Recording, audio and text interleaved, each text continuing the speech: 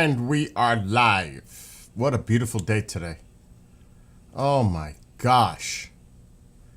It's gorgeous out. I don't know what... Alexa, what's the temperature? It's 67.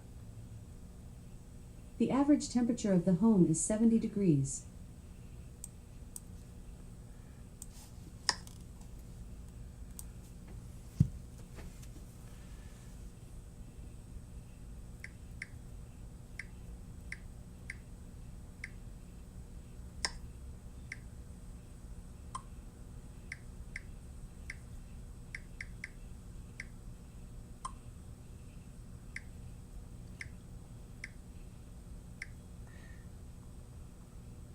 All right, I'm just getting a text.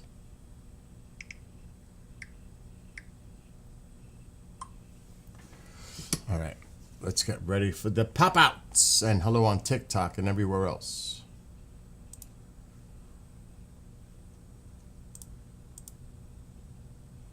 Why isn't it saying live on YouTube? Interesting. There it is.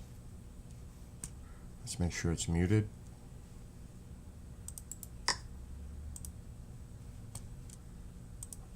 All right.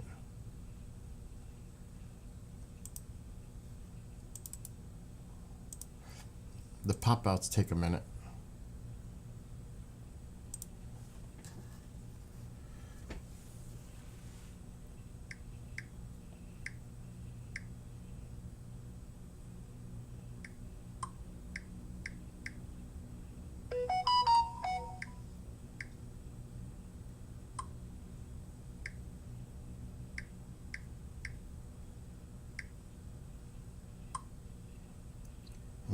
It's crazy. Every time I go live, I get bombed with messages. It never fails.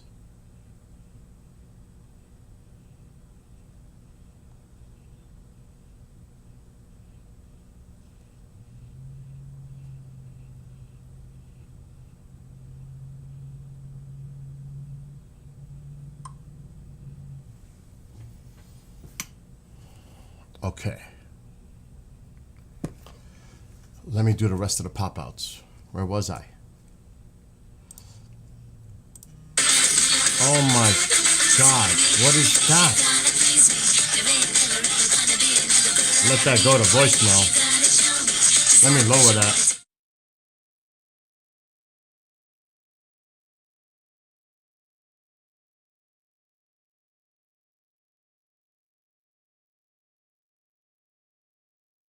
I don't answer numbers I don't recognize.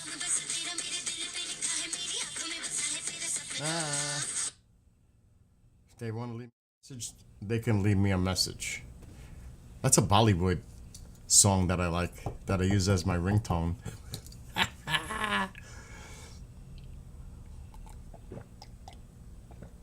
So I went on my bike ride today and tested out the new bracket that I built for the 360 camera. But let me do all the pop-outs. So hello on TikTok, YouTube, Twitch,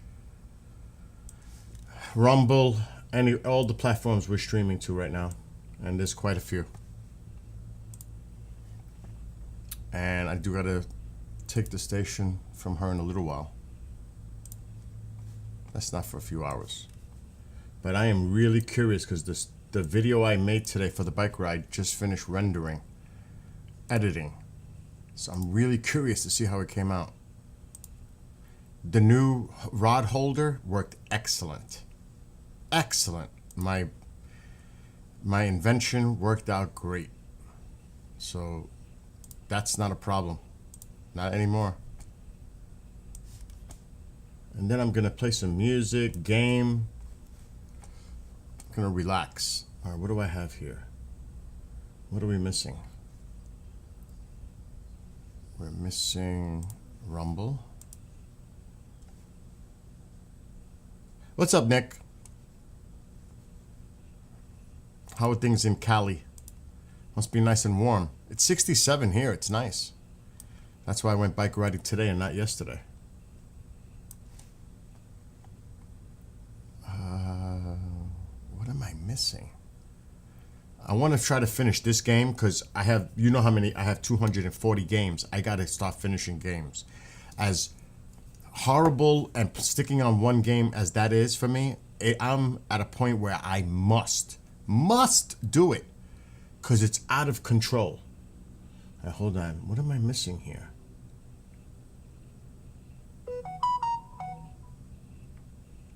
I'm missing Twitch. Yeah. It's 62 and sunny. Dude, it was beautiful riding the bike today. I did 30 miles today. It was freaking awesome. It was a good workout. And my shoulder's feeling so much better now with physical therapy. Oh. Hell yeah, I do 30 miles all the time. 30 miles is nothing for me. That's what I do. You know that. I need the pop-out chat for Twitch. So I could see. It's weird because my Streamlabs, I can see you chatting on the main screen of Streamlabs because that's the account, the primary account. It's Twitch, so I could always see your comments even though I haven't put the pop-out yet. That's how I know.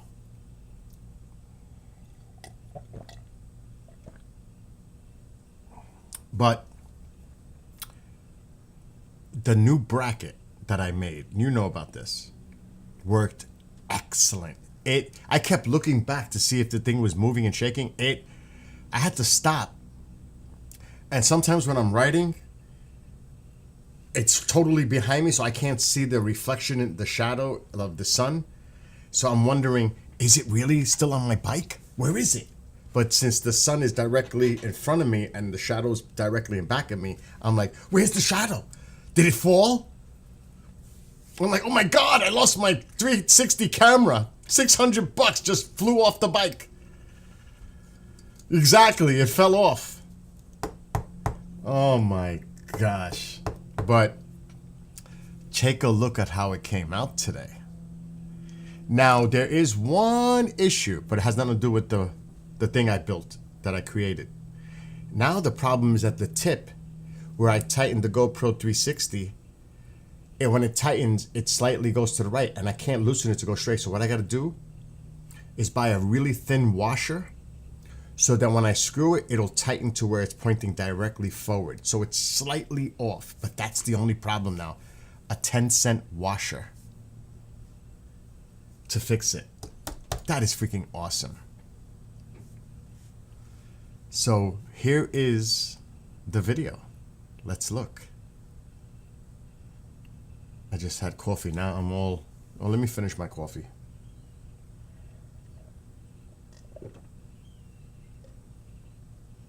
And I have not seen the video yet because I just finished putting it all together with Premiere Pro. And it's an hour and 45 minutes long. And I cut the beginning and the end out to clean it up a little. Because it's like me in the parking lot setting up the bike. We don't need to see all that. Or packing the bike away. We don't need to see all that. But let's see how it looks. Let's make sure this is in 4K. Oh no, this is the raw video. I haven't uploaded it to YouTube yet. That's right. I forgot. I haven't even uploaded it yet. I haven't even seen it. Oh boy.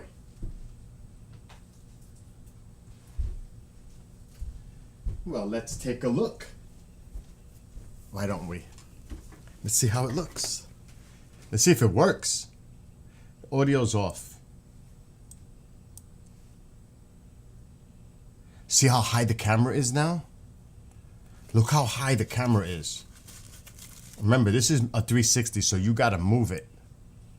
Like if you were riding on the bike. The camera's straight, so you gotta turn it as you're turning. This is meant for like my VR goggles. If you got a Quest 2, don't you, Nick? The GoPro goes up to 5.6K. This is 4K video. What's up, Collins? I see you. So this is the bridge over the Hudson River. You guys seen this. Many of you have seen this already. The bridge that I always go over with the bike. This is freaking awesome. I mean, I love this bike ride. I'm not going to go to next week. It's going to get cold for for the next few days.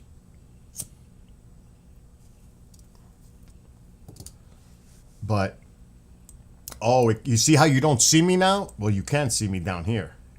There I am. Let's see if we could see the mount on the back. I doubt it. You could kind of see how I got the cable powering the GoPro 360. But look at it. It ain't moving. Look how sturdy that is. Look, it's not even moving. And I'm booking. I'm doing like 20 on the bike. But see, this is the way I want it. I don't want to be seen. This is great. It came out excellent. That's the Mid-Hudson Bridge that crosses the Hudson River here in New York. So it's going from Highland to Poughkeepsie, New York. It is beautiful. What a beautiful day today. And this is the other side, looking north. And we could look behind us. The flag should be coming up. It was windy on the bridge. I had to put my helmet, I didn't have my hoodie on. So I had to put, eventually, I'm riding with no hands. And I decided to put my hoodie and take the helmet off and put the hoodie on and then put the helmet back on with no hands while I'm still riding. Yeah, it was beautiful today. It was beautiful. It was stunning today. And I did 30 miles on the bike. But again, that is a view.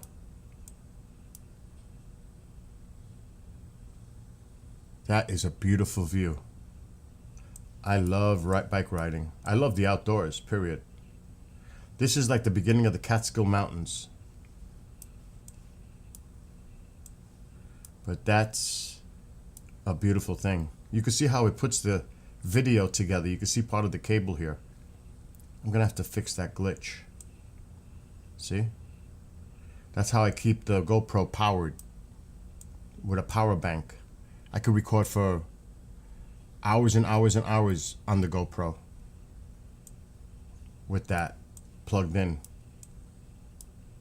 Yeah, there was a lot of people out today. So yeah, it came out awesome.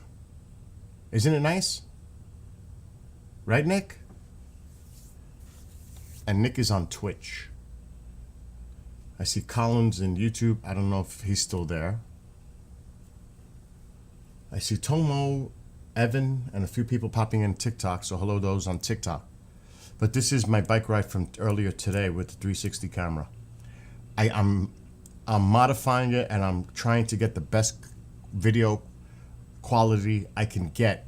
So when I start doing my bike rides throughout the state of New York, we're going to see a lot of scenery. Especially I'm going to do the New York City bike trail soon. When it gets a little warmer, I'm definitely going to do that because that's going to be beautiful to see all the buildings and everything. It's going to be awesome. So this is still under a test because I'm rebuilding. I'm redoing things for the camera on a rod that it's holding up. But this rod is like 6 feet high above the bike. And that's why it looks like that. And I'm down here. So you can see how high the camera is on the rod. Matter of fact, there it is. There's the rod. And you see how it unplugged? I had to stop. Look, it's not charging. The freaking charger port came out. See it? It's flying away. It came out. I had to stop to put it back in the power bank. I was like, uh-oh, it's going to die on me. I'm going to lose the charge.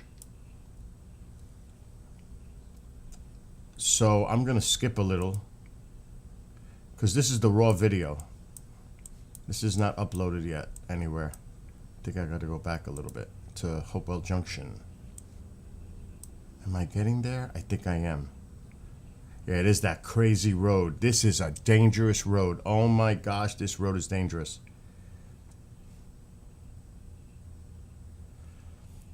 They speed. There's two roads that I have to be really careful when I'm riding. This is one of them. And right ahead is Hopewell Junction. I pass him. I keep going. You could tell how high the camera is. It's up there. I gotta watch out for branches that I don't hit branches. I'm like, oh my god, I'm gonna lose my camera. Red Star says big storms coming my way. Be safe. I don't know about here.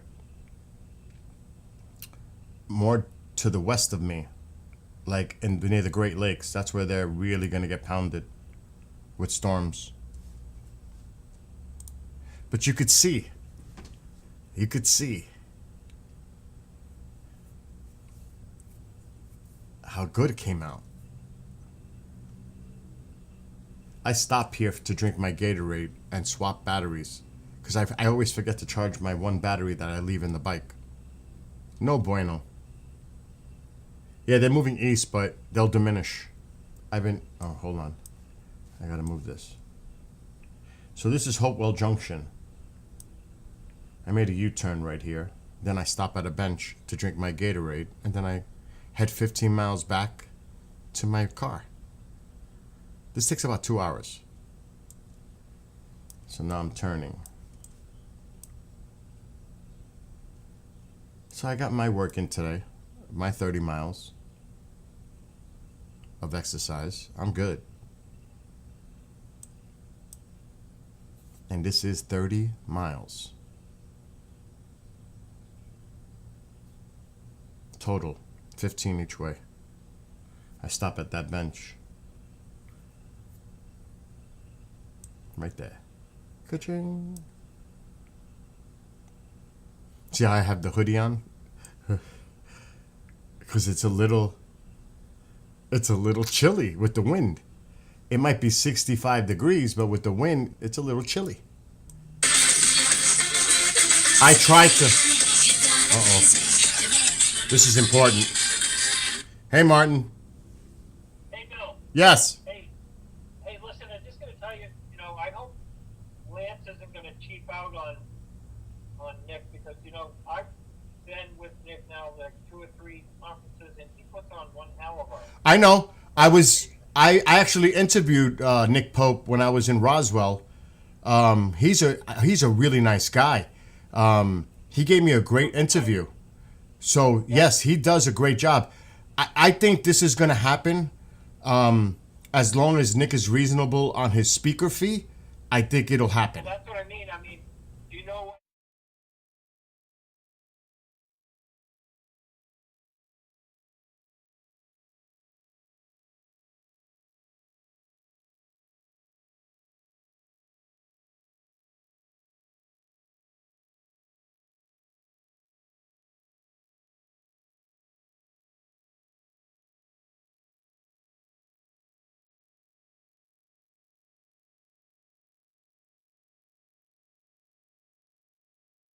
I'll be right back. I'm on an important phone call that's private. Yep. So I'm talking to somebody. I'm going to mute right now, everybody. So I'll be right back.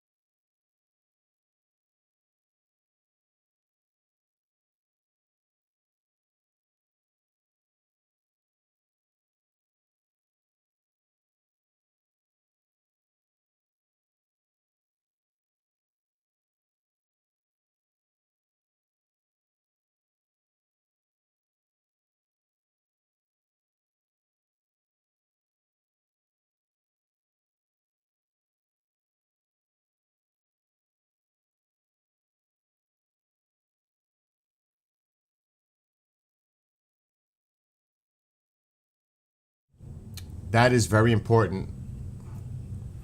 That's business. That's work. And now I gotta call somebody else. You have to know the UFO stuff to know what the heck is going on with that call.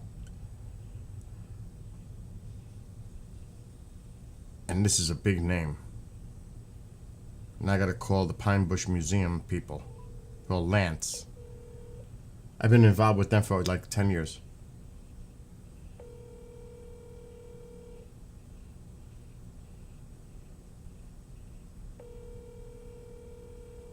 Pick up the phone. You have reached. Oh well. I'll call you back. All right. Call me back. You better call me back. This is important to you. Anyway, so this is how the video came out. It came out awesome. It really did. I'm happy with it. He'll drive me nuts.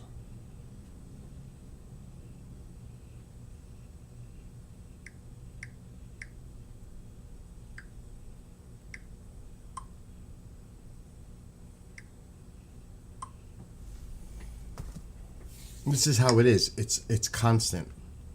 I'm always busy with stuff with the station or so much stuff. It's hard to keep track sometimes. Like tonight. Tonight is... I'm going to stop this video now. But it came out good, Nick. See that, Nick? Red Star, it's not me. I tried to clear you. It's freaking Twitch that did it. And I'm not going to show it on the screen, but it was Twitch. I can't undo it. I don't know what the heck happened. Because you're not on my restricted list. You're not on anything. They did it. I was like, what the? I never seen anything like that before. All right, hold on. Let me check what you're saying about the weather. It doesn't matter because you're on YouTube. You're everywhere else. So I wouldn't even worry about it, to be honest. All right, here's where the storm is, right here. This is where most of the action is. And there's a lot of moisture coming from the Gulf, cold air coming behind it. You got this rotation. So this is probably where you're getting a lot of the storms right now, right here. If I had to guess, without even looking at the radar. Now, this shifts more to the north than east. It shifts east, but most of the energy is to the north. So maybe western New York, like Buffalo.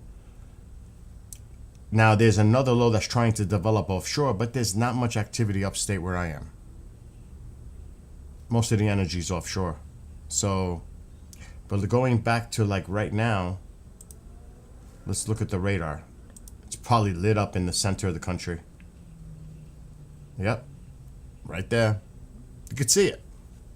I could see it in the wind, and I could tell. So most of the action is near the lakes. Right here.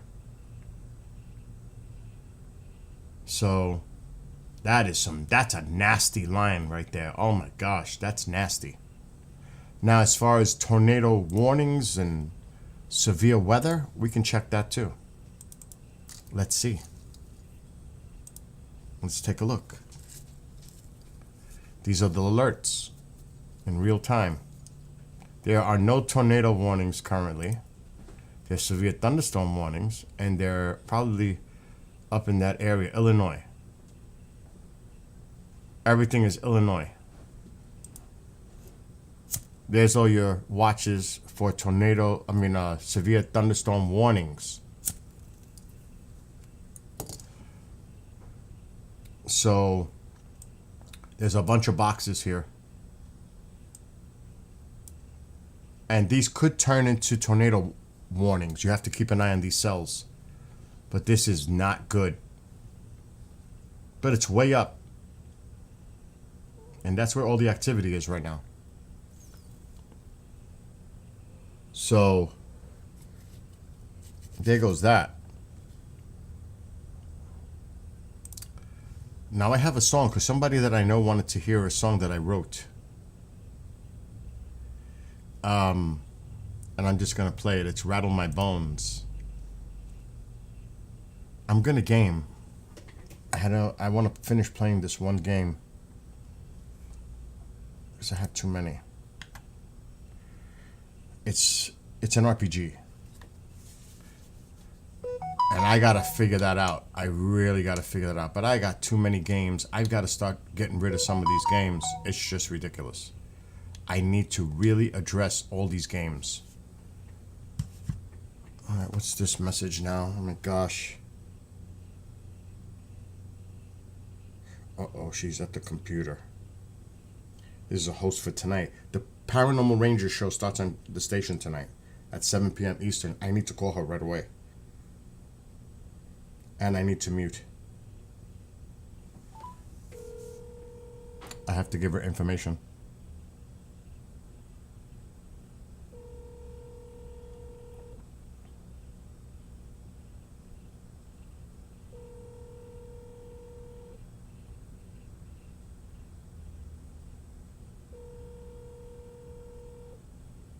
Uh-oh. Oh, gosh. She better call me because her mailbox is full. She'll call me back. So I can't game and put the headphones on until I get that call. That's very important. They go on the air in an hour. So let me get ready. There she is. Hey there. Hi, sorry about that. That's all right. Are you ready to get the code? I'm ready to get the code. So where do I go now? All right, stand by.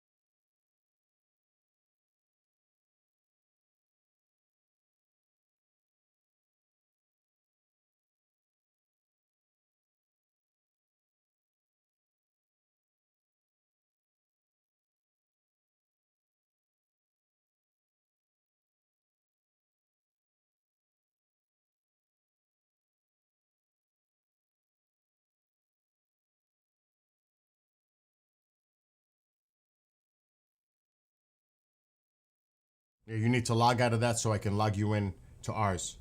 Okay.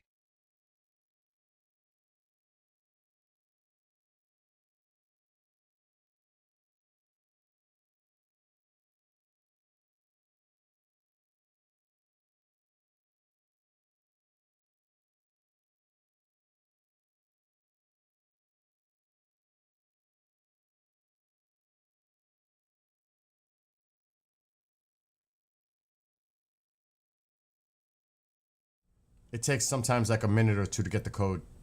That's okay. Are you familiar with using StreamYard at all or no? I've used it a couple of times, but I've used Restream. All right, when you go in there, make sure you enter the broadcast that you see for tonight, Paranormal Rangers premiere episode, whatever it's titled. Go into that studio, enter studio, Okay. and you can put in pictures, whatever you want to do in there. You could do whatever. Okay. I'm still waiting for the code. Let me just refresh. Hold on. Let's see what it has me. Stand by. Should be in here now. I got it.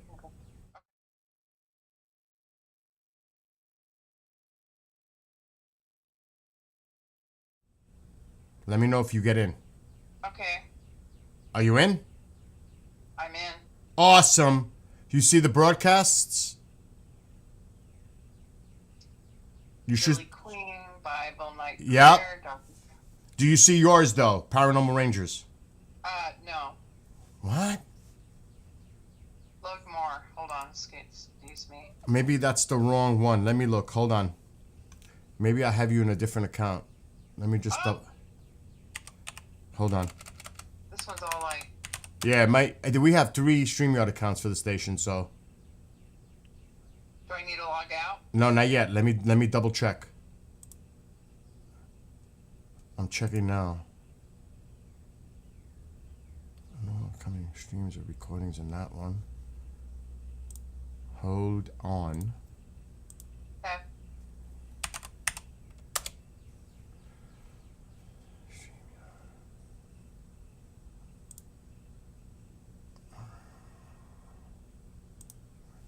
Let me go here. I have 4 monitors, so it's like a little. Oh yeah, it's there. I see it. It's in there. It says Paranormal Rangers, getting to know the Paranormal Rangers. It's right on the top. Oh, okay. Time out. On the upper left side, under the word StreamYard, what email do you see there?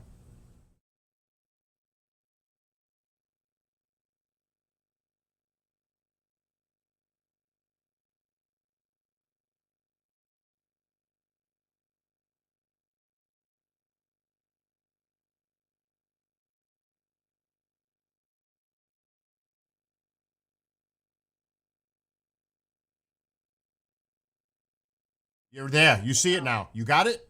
Yeah, I got it. Awesome. If you have any problems, you call me. Okay. All right. Have a great show. And it's really an honor to have all 3 of you on the network. Thank you. Do I need to send him a code off the top of?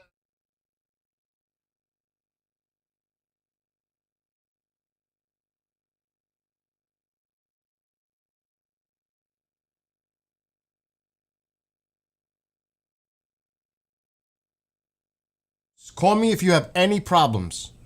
Okay. All right, Thank Michelle. you. Have a great night. Okay. Bye. You're awesome. Bye. Bye. Whew. That's done.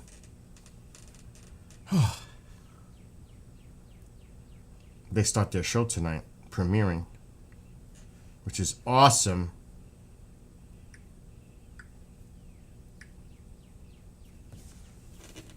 Okay, the Paranormal Rangers.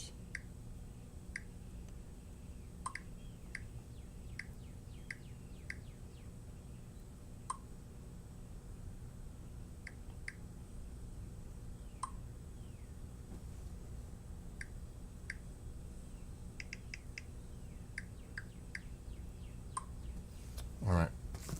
I'm glad that's out of the way. Whew. A tree fell over your house? Oh, that's horrible. I've had that happen to me in the past. It's not fun, to say the least. Not good. All right. I'm just waiting to confirm that a friend is tuning in. All right.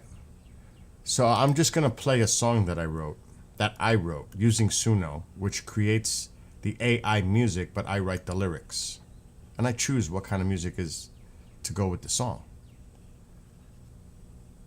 I like it.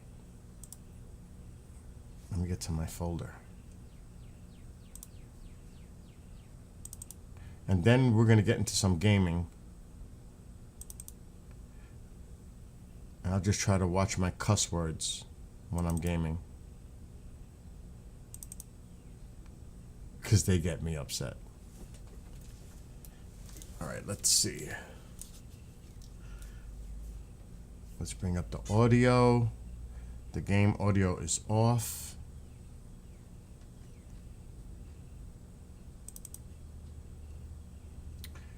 Where is Rattle My Bones Extended? Rattle My Bones. Where are you? There it is. Here it is. So I wrote this. Yeah, yeah, turn up to the beat on turn up the volume, crank up the bass, rocking to the beat, no time to waste. Grooving to the music, bouncing on my feet. Come on, everybody, get off your seat. Get that groove on, no matter where you be. Shake it anywhere, baby, you and me. Join me on the dance floor, rock it all night. Closer to your body, under the moonlight. Tingling down my spine, electricity in the air. Swaying with my baby, electrostatic in our hair. Keeping with the rhythm in beat and mood of tones. Feeding off your energy, rattling my bones. Cruising down the highway, my baby by my side. Turn up the volume, rocking as we ride. Driving to a beats, car seems to be alive. All in sync together, this is how we thrive. As we get home, we turn down the light. You and I together make it through the night. Marvin plays in the room, let's get it on. Music made with each other to the break of dawn. Tingling down my spine, electricity in the air. Swaying with my baby, electrostatic in our hair. Keeping with the rhythm in beat and mood of tones. Feeding off your energy, rattling my bones.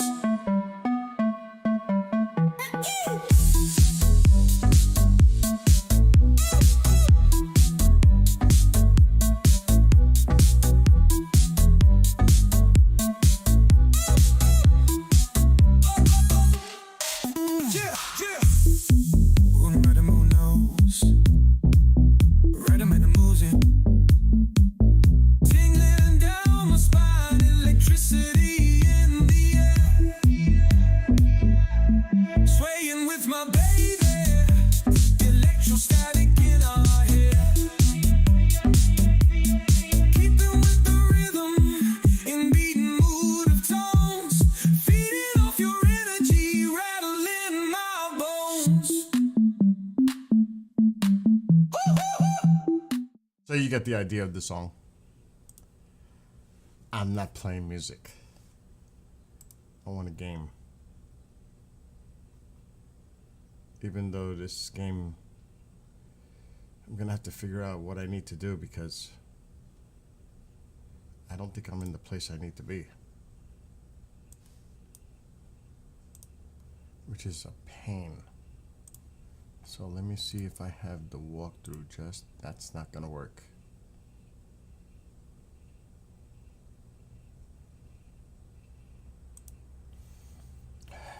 Seek information about the larger blue crystal shards. Let's put the audio of the game. Flickering shadows. She's not there.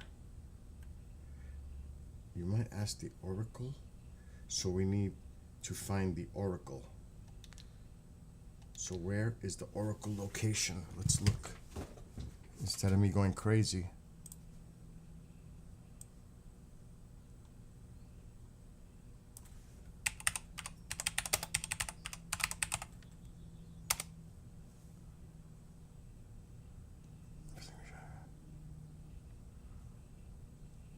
The main quest. I'm gonna have to listen to this one. We're going to show you how to complete the Flickering Shadows quest here in Dragon's Dogma 2, so let's jump into it. So this quest is first going to start when you arrive at the Rock Mouse's burrow in Back Batal. You'll see on your map that a giant yellow circle pops up nearby. All you need to do is make your way around the corner and act like you're going to walk into the village. Once you make it to the village's entrance, Yeah, I'm way past that. just walk up to him and speak with him. He's going to talk Yeah, we're past that too. at the Bay Wayside Shrine. This one's going to be just behind where that giant bird is on the other side of the rocks. Make your way over there to that cave, and once you go inside, in the back of that cave, you're going to find the Dragon Forge. You want to walk up to this guy and speak with him and select the option to talk, and you're going to ask him a couple things. I did that already. Once you're done, you can also click on the further away. You're going to have to do a little bit of a hike to get to this one, as it's like we're going back up to the there northern now. side of the map. But you'll see here it's not too difficult to get to, Yeah. as there's a pretty straightforward path. Once you get over here, this one's actually a pretty cool looking temple. This is the Reverend Shrine. You're just going to walk up the stairs, go inside, and speak to the old ghost lady that's standing right at the top of the stairs. She's going to give you a little bit of dialogue. Just listen to her speak, and once her dialogue is over, we'll be able to move on to the next part of the quest. Now, the final part of this quest is going to require you to take another hike. This one's a little bit more of a distance, as we need to work our way all the way back up to Harv. That's what I need to do. There it is. Alexa, shut off living room light. Okay. Harv Village. That's where we need to go. That's where we were at now, the temple. Where the heck is this? Don't even say that. That is far.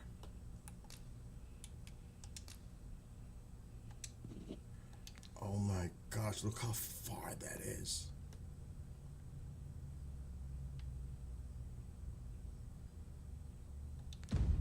Oh my God, that is far.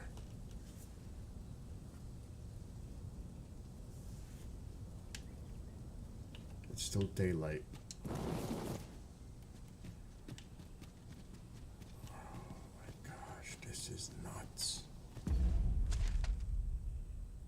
I don't know if there's such a bridge there. We're gonna make a right. Gathering materials makes for dull work indeed.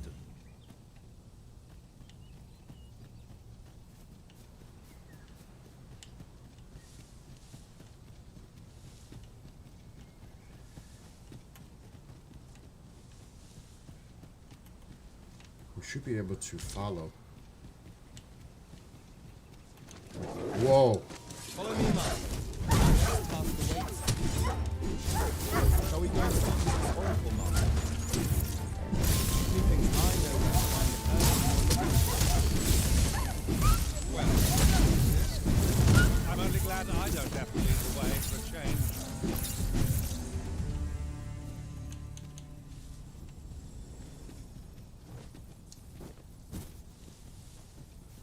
I don't know. We're heading the wrong way. Go back the other way.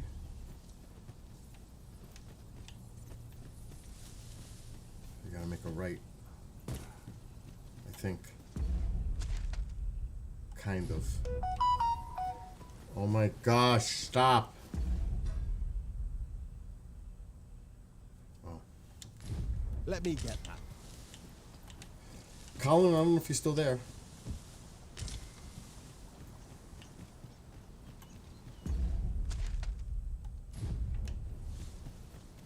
I can see the pop-out chats. I see Red Star, Nick, and you were there earlier. Alright, this is where it's going to get a little interesting. We can try to cut across to the main path. Oh, what does this say? It couldn't hurt to take a peek.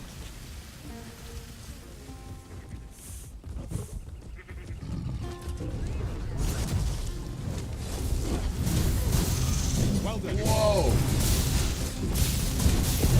Whoa!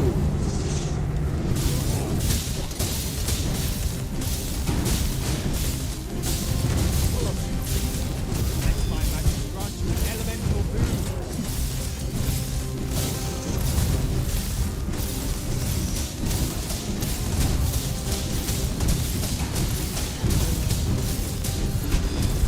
Master, what's up?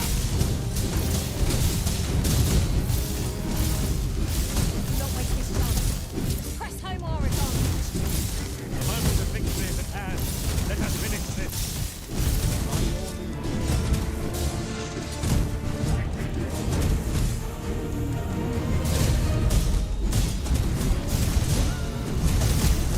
Wow! Whoa, I'm on top of it! I just fell.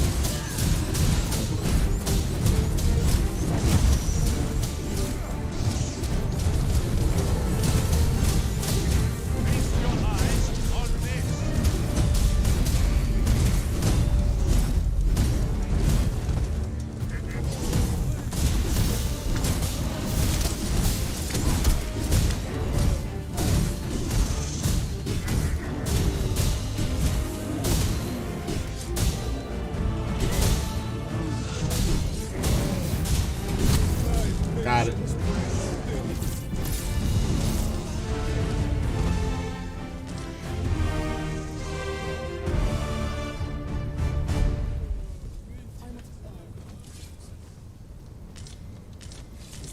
every day one happens upon a material so rare. I dare say the quandary of what to do with it is half the joy. I want to see what this says. Do you suppose that was funny?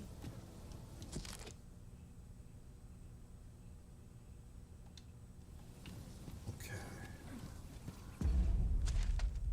We got to go more to the left.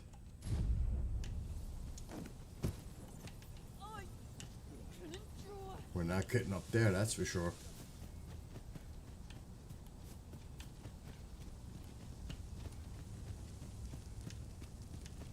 Uh-oh.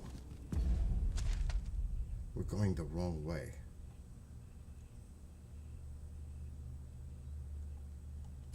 There are one or two places of interest nearby. I could tell you more about them if you like, Master.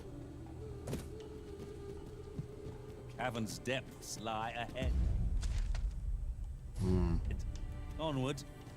Proceeding ill-prepared invites an early grave. No quarrel here. I don't see a way. What is that? A treasure.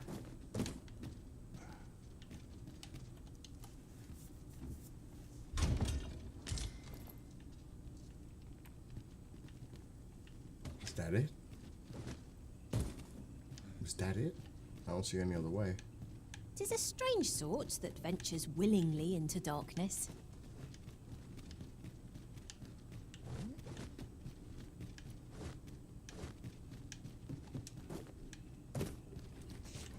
Whoa!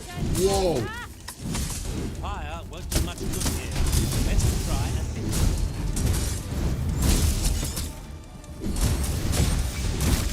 These things are only truly defeated when their swords are smashed beyond repair.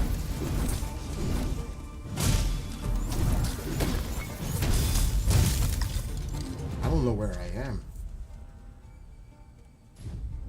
But we go. Oh, that's not good. I'll turn you into a pincushion.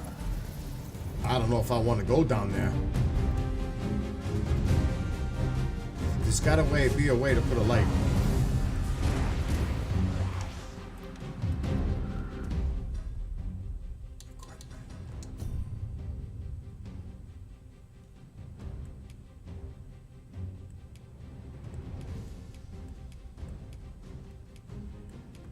There's no lantern? I ain't going down there. I'm not going down there.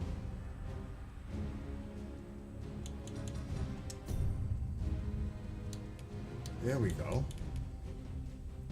That's medicine. There's a lantern. Half full.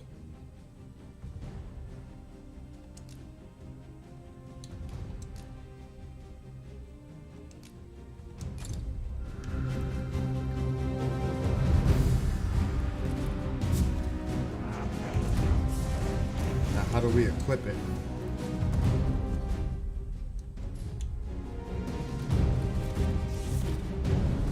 There's got to be a way to equip it.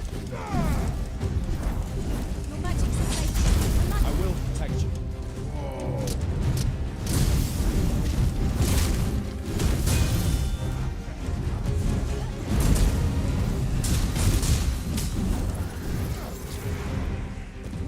Tis a foe worthy of caution. Don't save our best will do. It's easily done.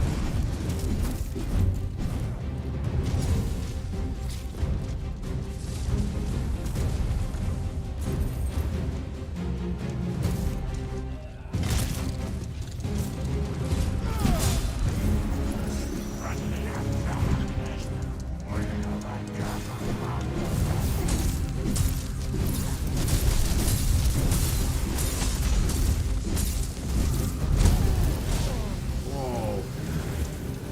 Get up. Way to go. Fallen must be revived.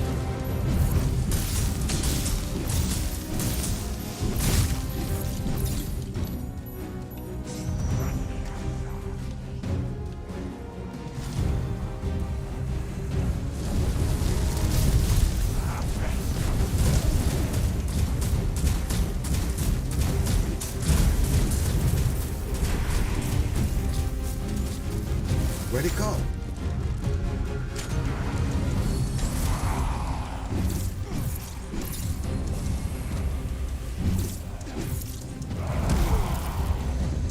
Watch your footing, Master. Using your balance on an incline this shot. Perilous. Whoa, why am I dying? Get it. Open that chest. Come on.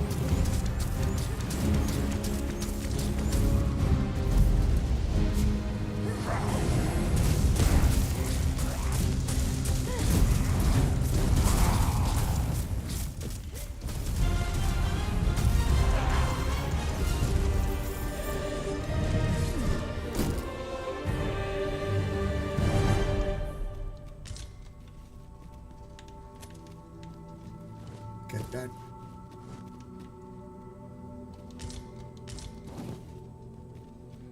Good. Now where are we going? We came from there, so we have to go back the opposite way. Over here, if you would. Oh yeah, look. Follow him. Oh, you're not making me go back, dude. I don't think so. Maybe we have to. Maybe that's like a drop. No? Okay, this The path ends here. Oh, it does. No matter, such information is useful in its own right. 'Tis a common enough setback. We'll find a way. Follow you.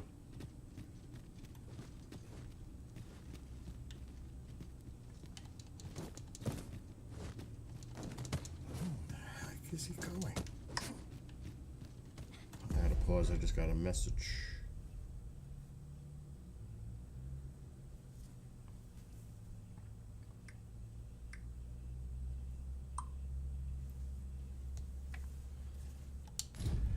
Alright, let me keep following him. I can't wait till the other game comes out. A week before my birthday. April Fool's This Day. way, Master.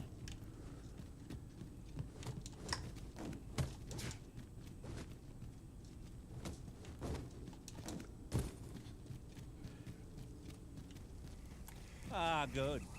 I just about breathed my fill of stagnant air. Such dark depths take their toll on the spirit. 'Tis no great shock to me. I wonder if he's leading us in the right direction, though. Maybe. We'll find out.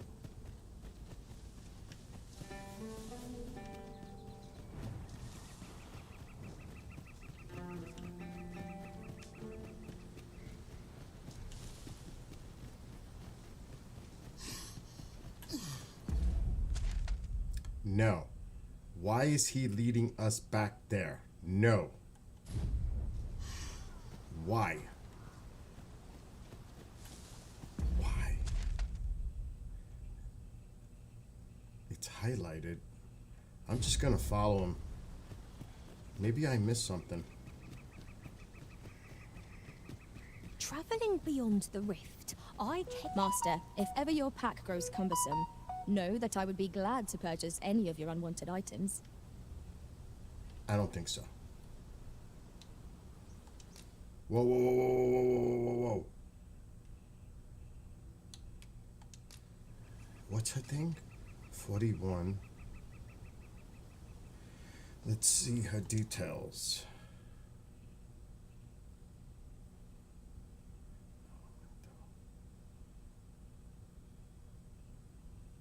Hmm. 557. Magic is 5. Let me look at my others. Higher.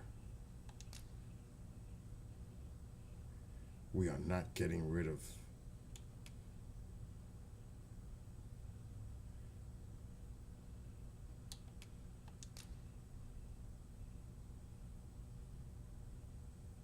Yeah, that. Not him. We are not getting rid of him.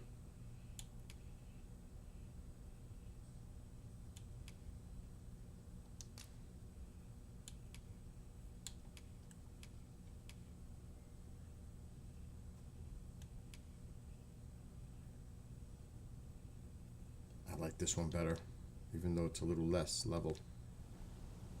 It's a tough decision.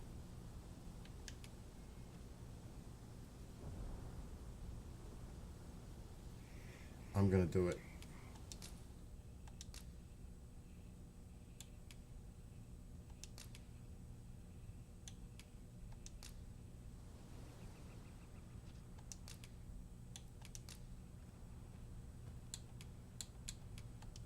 All told, I'm rather satisfied with my performance.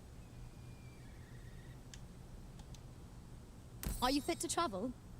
Then let's not dawdle.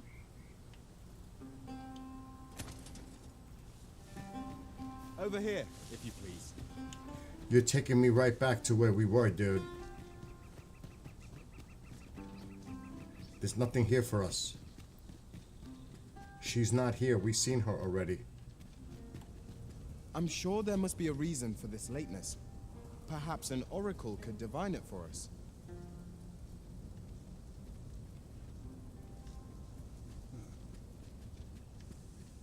The oracle isn't here. Oh my god.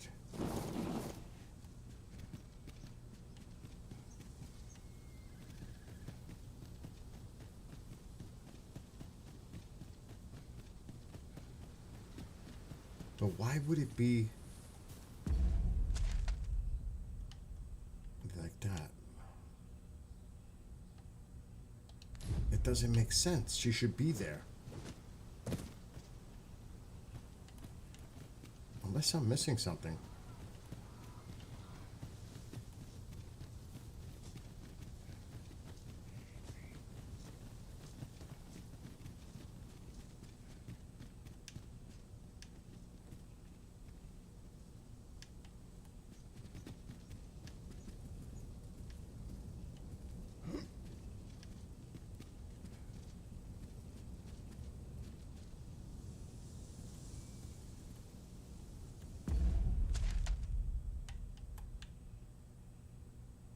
Right there.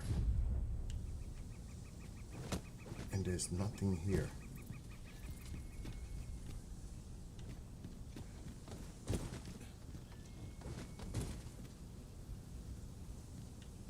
Unless she's on the top, which I highly doubt. Splat.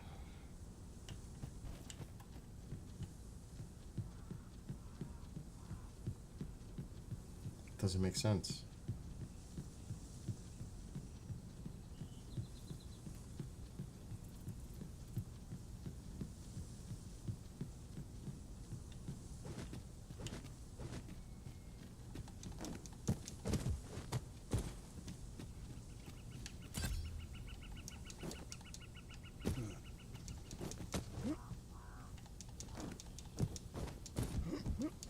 Can't get up that way.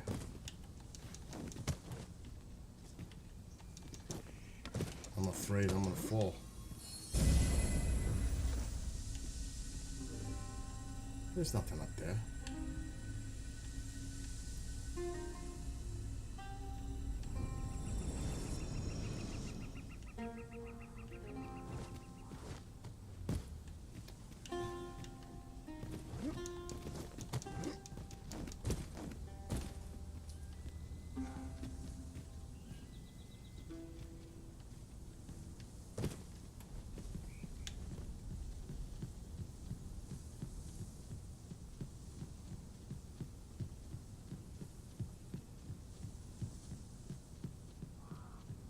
That's a long way down. What's up, Genghis? Get. Oh my god. Get away from the ladder.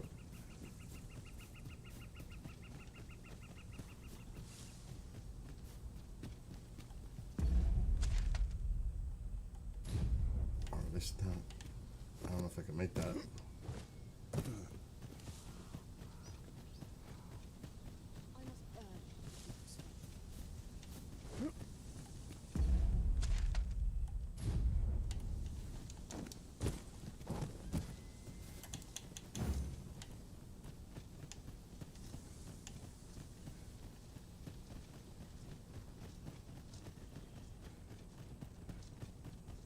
You're welcome to take whatever you like from my pack, Master.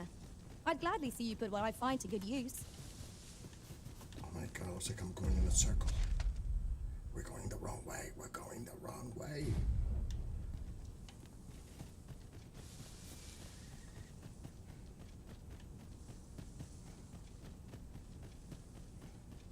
Genghis, the camera works great now. The rod, everything came out awesome. Forgive me, but I cannot guide you from here.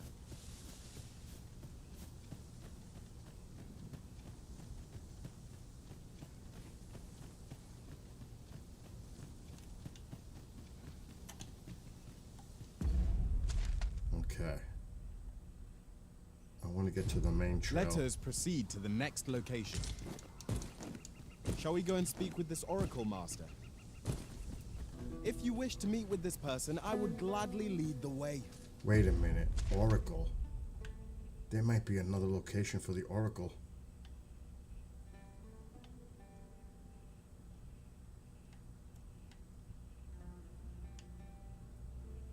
We were just there. This game is gonna drive me nuts. Vanguard Yeah, I is had a good ride today. Lead on. I'm trying to get comfortable.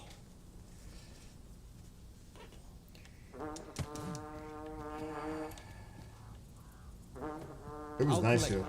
You need It was definitely nice here to today. trouble yourself.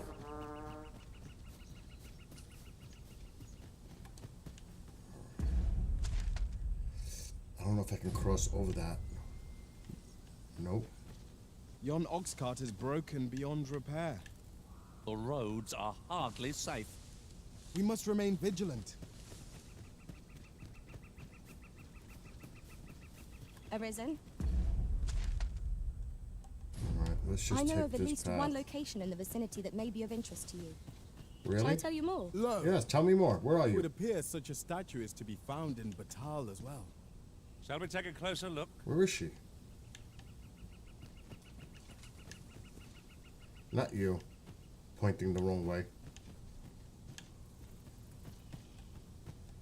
I am deeply familiar with this region.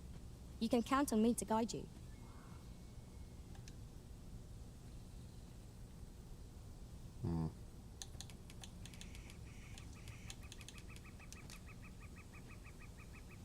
Where ought we to go now?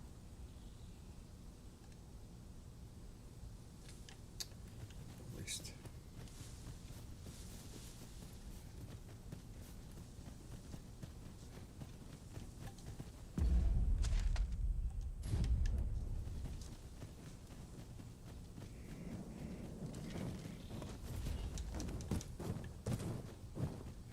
Venom harpies! Avoid their venom at all costs! One cannot be too careful. Hang in there, Master! I'm coming to assist! I grant your weapon a magical boon. Come on! Oh my god!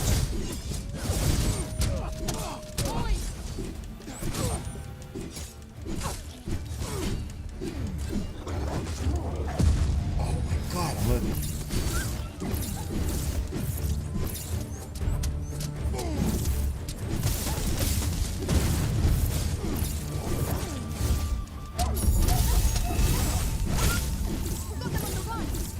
Let them run. We need not waste our strength.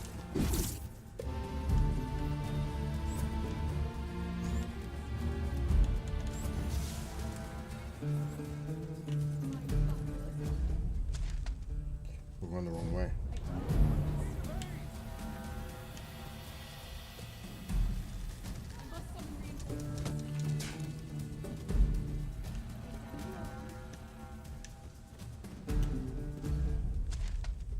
We have to go more to the right.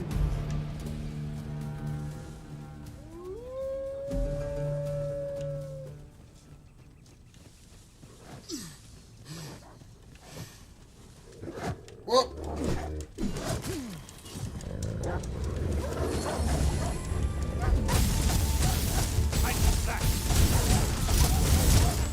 Nice of you to say so.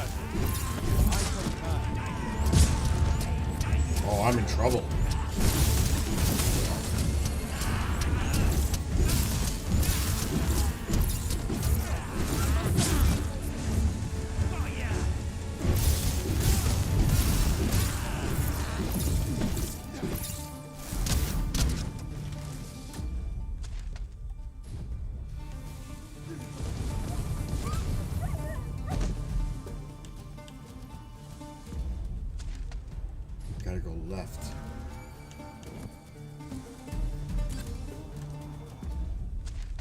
Yes.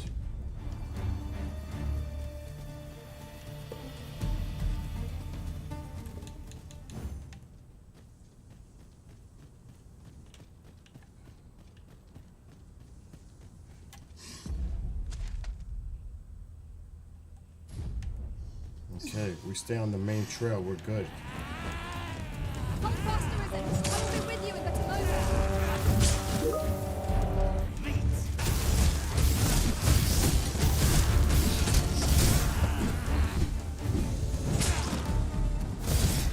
Get in the circle! A mage skill would be most practical. Might I be of assistance? Oh, there's more.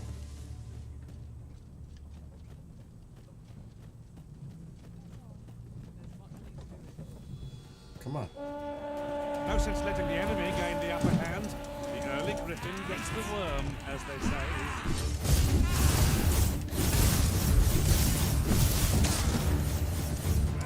He takes a long time to get up.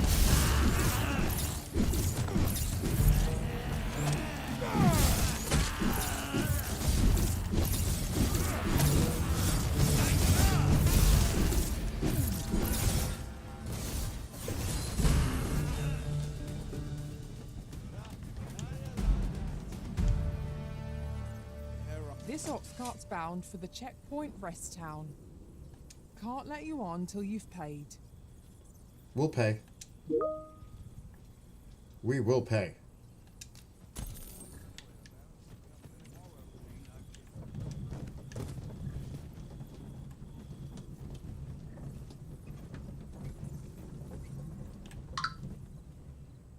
I just heard a message. I'm starving, I am.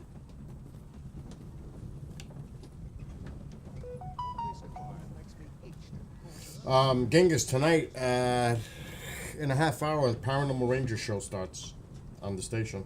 Just so you know. You might want to check that out.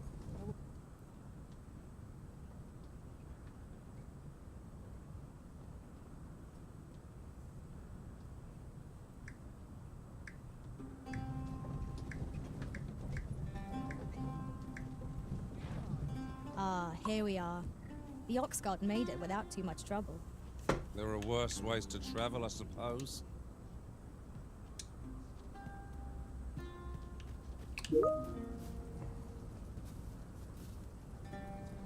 I don't know where that sound was coming from. Oh, that's Microsoft Teams. They're having a chat in there for the UAP show tomorrow. I was wondering, where is that coming from? Oi! Keep out! Oi!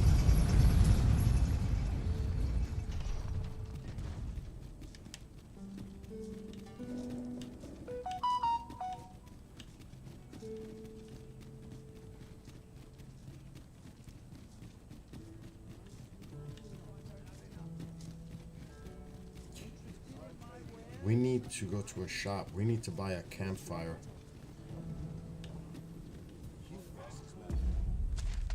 We need to heal.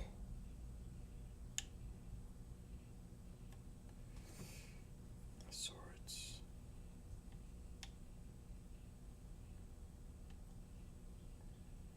The Riftstone. We might be able to swap players.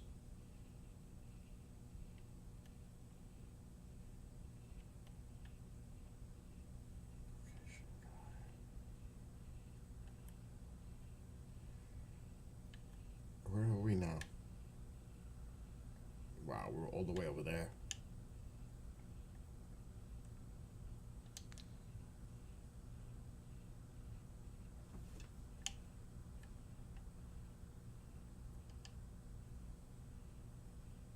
They're probably gonna want a ton of money there.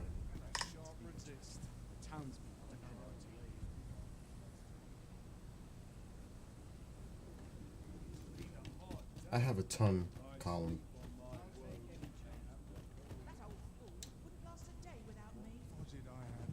Interested in my wares? Alright, wait, let me doze off. We need daylight. Wonder if there's any easy good. We need to get our health straightened out here.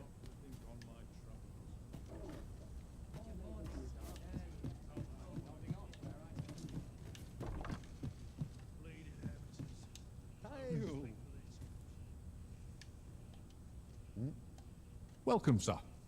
If you've a change of vocation No. in mind, after all. No. 'Tis folly to linger on a single No. vocation when there are so many exciting methods of combat to be tried. Always a pleasure. Where is it? Oh my god, my... Okay.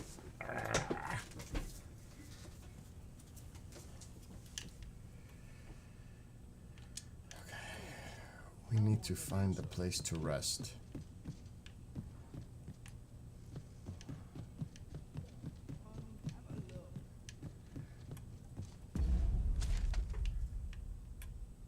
I'm right. No, it's on the other side. Come to think of it, it is difficult to forget. Can you guys get out of my all that way? occurred at the coronation. There will be a reckoning for this. I shall not suffer others to mimic our master's powers.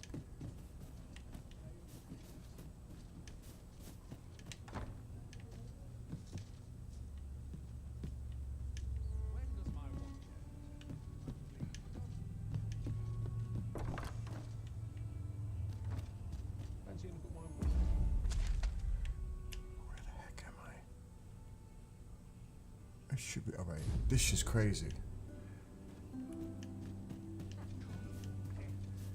Somehow my feet always carry me. If our destination is a distant one, travel by... Greetings, sir, and welcome to the Sword and Staff. I'd like to take that gold off of you right there. We see a great many customers given our location, so you'll have to forgive us if the ale runs dry.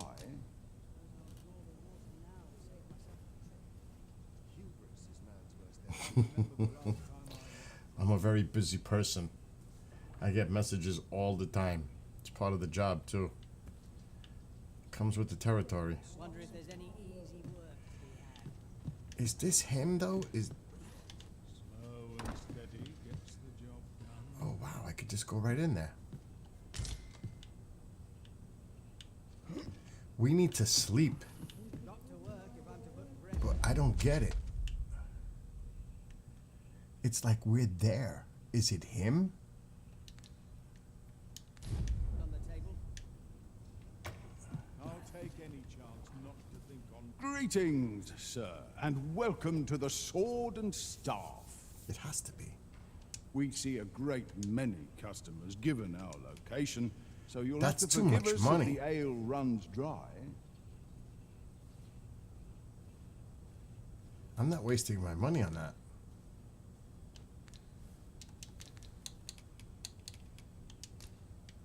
I'm not. That's too expensive. There's got to be another place. But I don't think there is. Alright, screw that. We're just going to get on the ox cart and get out of here. Where's this one heading?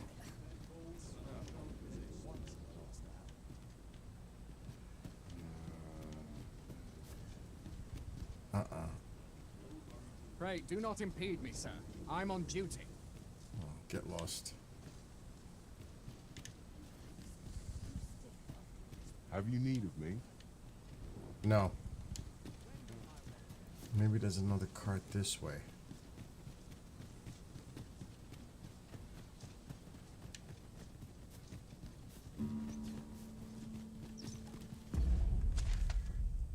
We have to go all the way.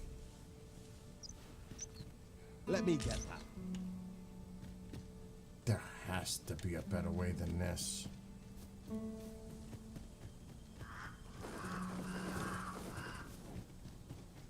And who are you? Saurians, there! Ice is our ally against such fiends. Can't talk to her now.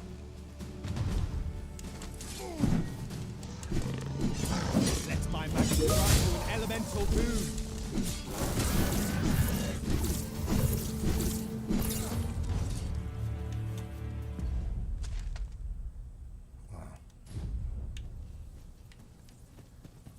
might change up the game.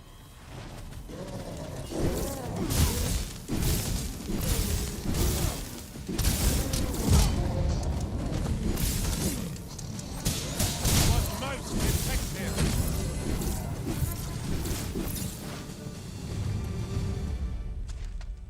Okay, we're heading in the right direction.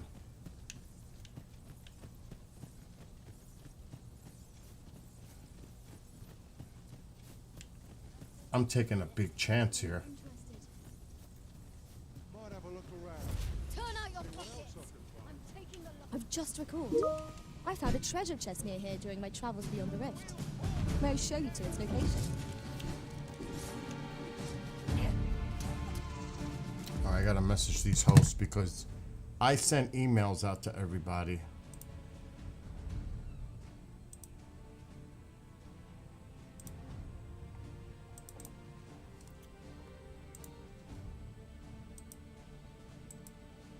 Why isn't it opening?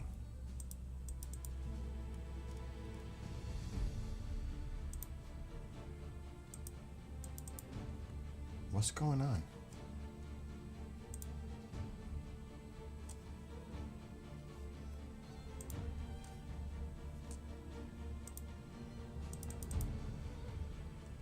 This is frozen.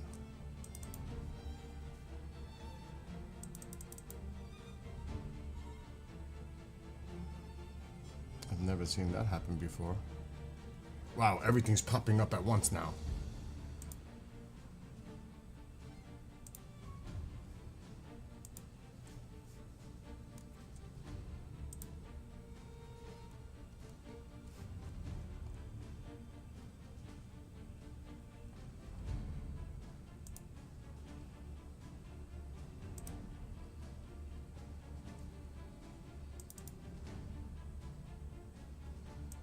It was an update.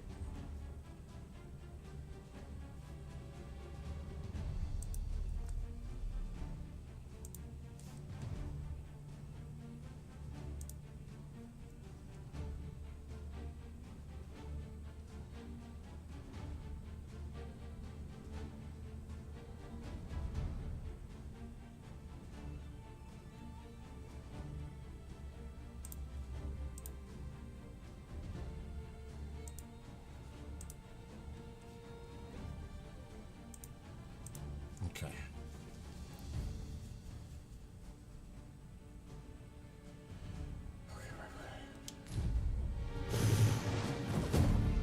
Whoa.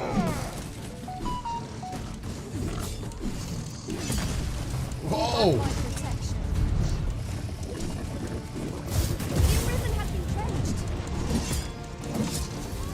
Wow. They are slicing and dicing me.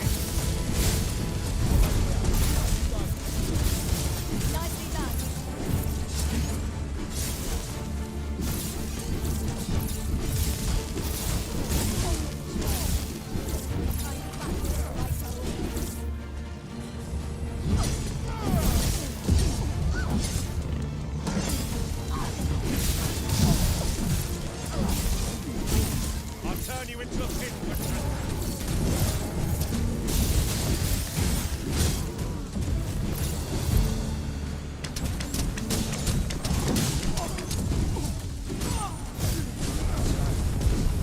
I'll not stand for this.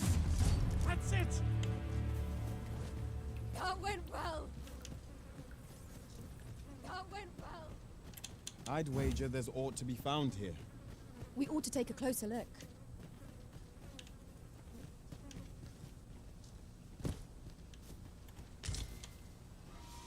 Letters.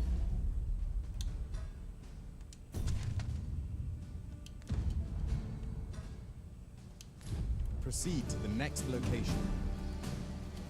Shall we go and speak with this Oracle Master? If you wish to meet with this person, I would gladly lead the way. Well, I'm only glad I don't have to do the way for a change.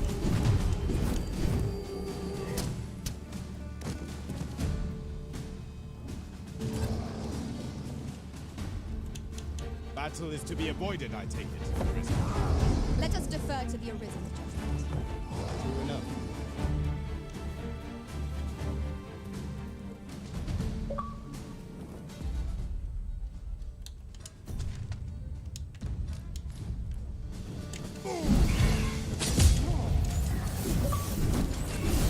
Poison is a monster.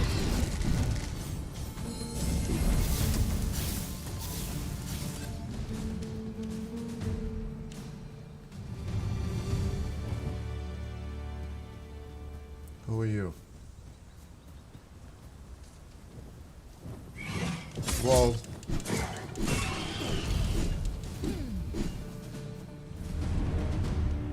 Well done, Master. He went that way. That's I'm not messing with it.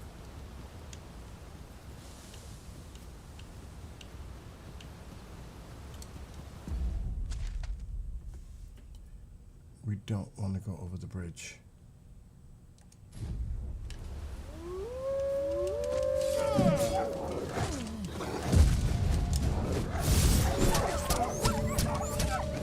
Quickly, Arisen.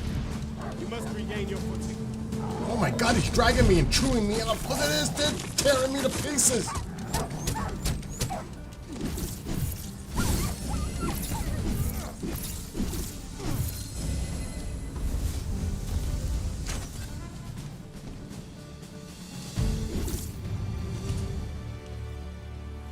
There's more. Over here, if you would. Go get him.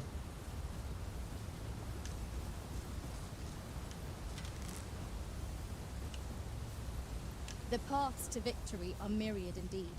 That strategy never would have occurred to me. Well, well.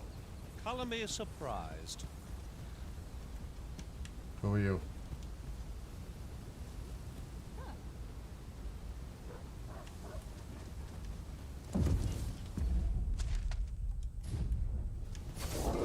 Oh!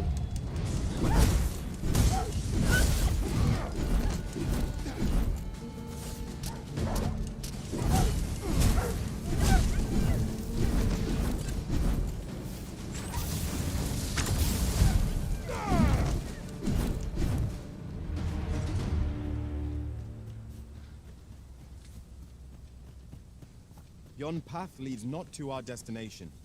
If you would prefer to explore, I shall guide you another time. Perhaps the Arisen has recalled some more pressing business. Fret not. I'm sure we'll come back to this, eventually.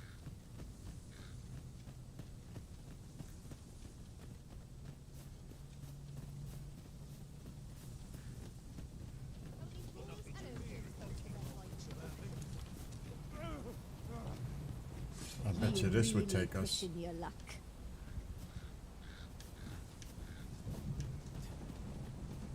There was a patient man. Would that ox carts were a bit safer and a bit swifter too. I'm trying to. Drivers can be a decent source of gossip. This ox cart's bound for Vernworth. Where are we going? I'll not take you anywhere till I've had my due. Wait, where are we going?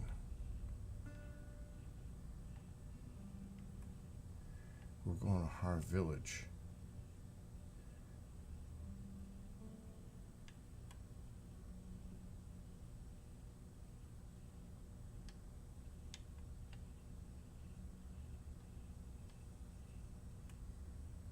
Vernworth, that's not worth it. Because we're going all the way down here. We're not taking that cart.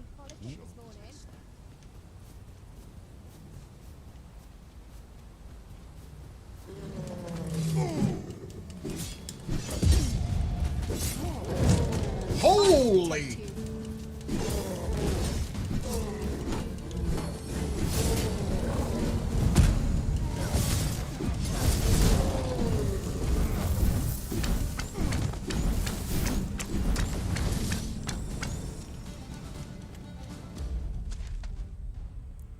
Alright, we gotta curve up.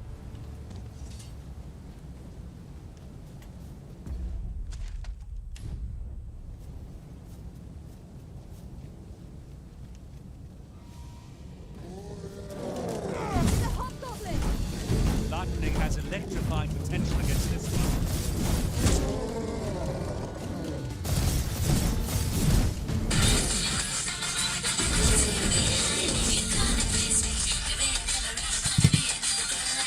Yo. So you should have gotten an email to contact Nick Pope directly. Oh, yeah, I saw that. However, no one has answered how much.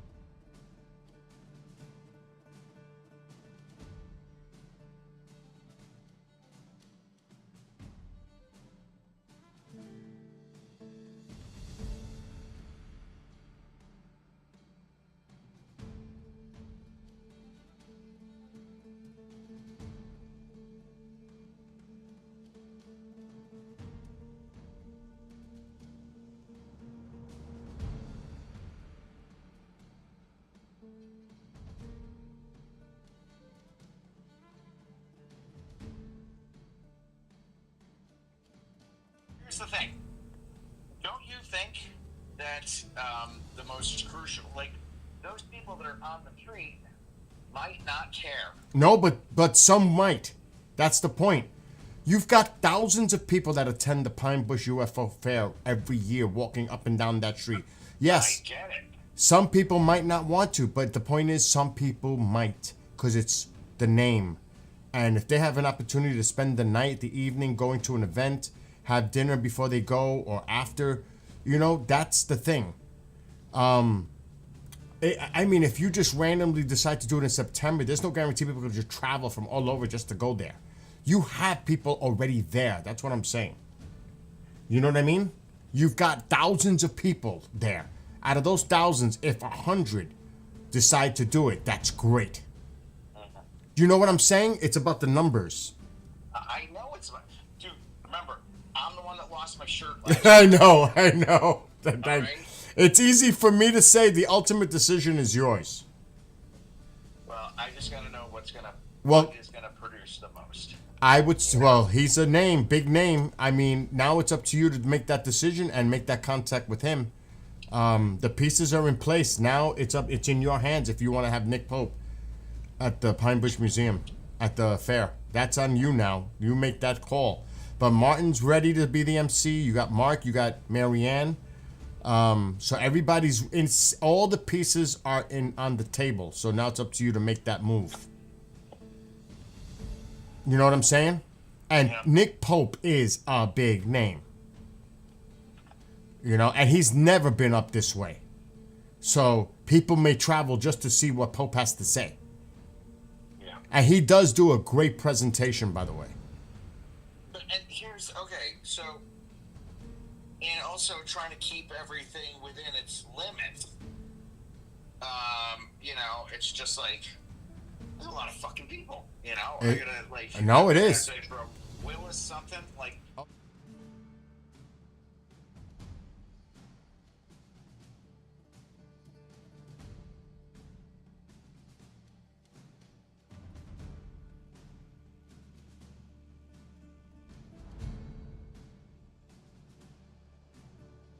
You know the deal.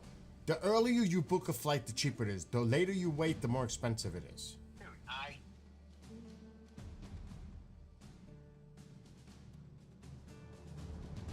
Shit. You know what I mean? I know. I know. I mean,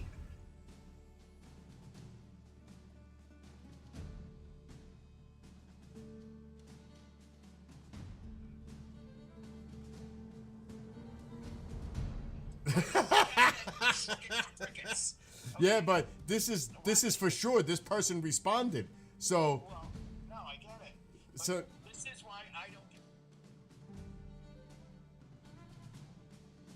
Direct communications, I would email him ASAP to put this in writing in stone, and then we can move forward.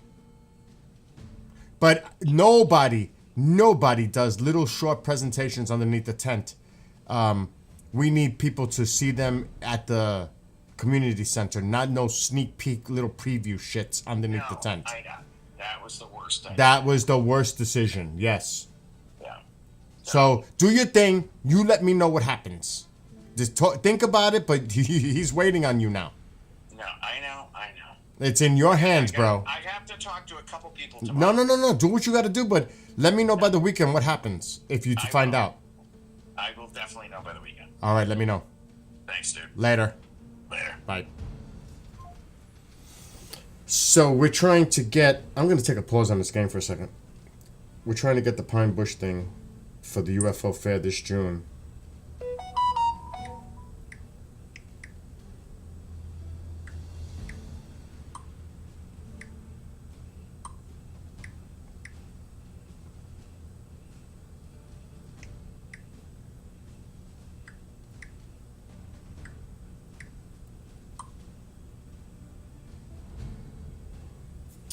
We're trying to get this together. So he has an opportunity.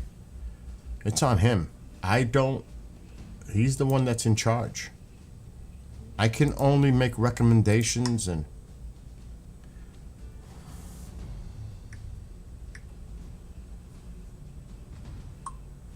I can't do much more than that.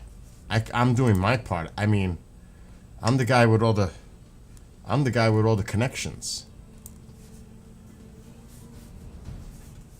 Is anybody paying attention in chat, or am I here alone? I mean, we're on TikTok, the Tube. I know Colin's watching. We're on all these platforms. I'm even on Facebook. Oh, I can't wait to start working out with the weights again. My shoulders. So for my friend Colin that's watching, I partially tore my rotator cuff working out about 3 months ago. So I'm going to physical therapy to get this back because I was doing so good and then I got hurt and it's a setback. Alexa, turn on living room light. I don't know if mom is playing with the light. And it's got me upset. But the bike riding's back. Genghis, are you still there? Or he might have went to go watch the show. You still there, Genghis? Is anybody home? I may have to give you a link, Colin, because I don't stay on YouTube for too long because I can't play music. I have to get off. I don't know if you have Twitch. I told you to get Twitch. You could download the app on the phone, or you could just use whatever you're using, a laptop, PC, tablet. But I'm gonna put the link in YouTube. it was a network error. What's that?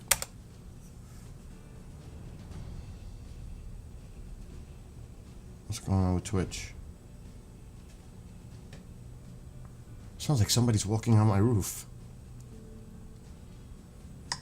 Some weird stuff going on. Yes, I am watching. I'm watching chat, but you're not saying nothing in the chat. I'm gonna put the link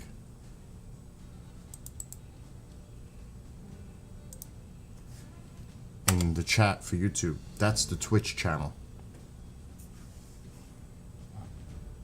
And that is always the channel when I go live. And I would suggest you hit the notification bell on YouTube so you get notified when I go live. That's first of all, if you're interested. And definitely follow the Twitch, because on here, I don't stay on Facebook. I don't stay on YouTube. When I start playing music, drums, and all that, I can't for copyright. So I can't do that.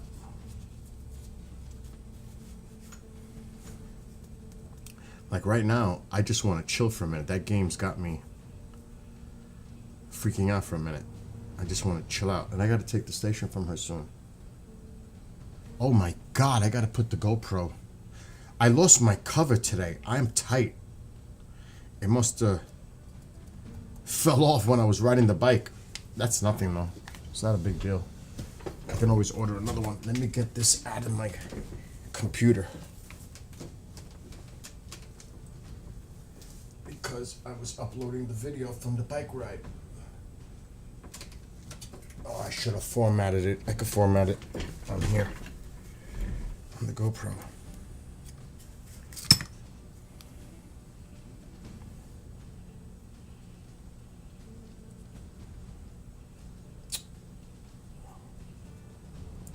Okay, it's in.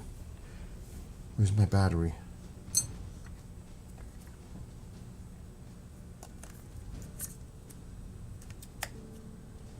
That is not good. My hero won't work. I know that. It's not the same.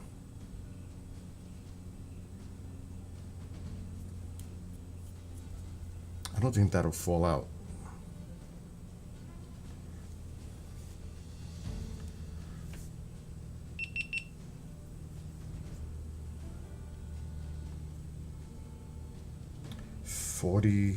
%. I'm gonna charge the camera, but I gotta format.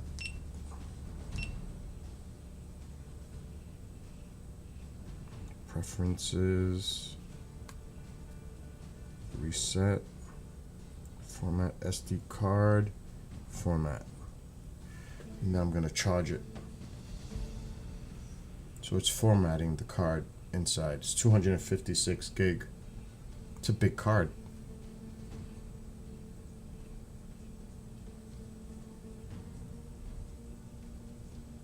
I'm not going bike riding until the weather gets nice again. It's done. It's supposed to be cold for the next few days.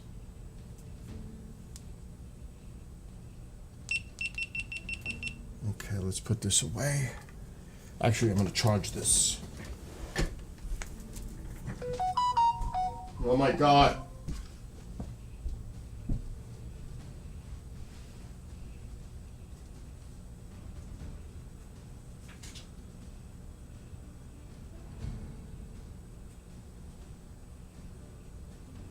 Okay, it's charging.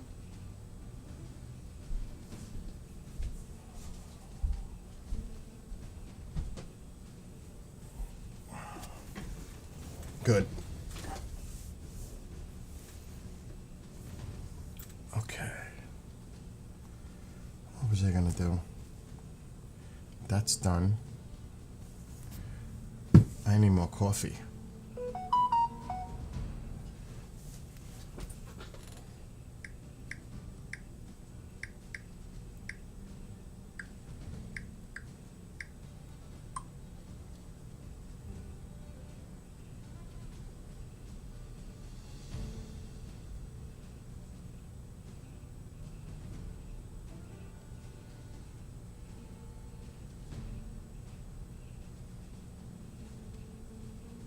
I can't.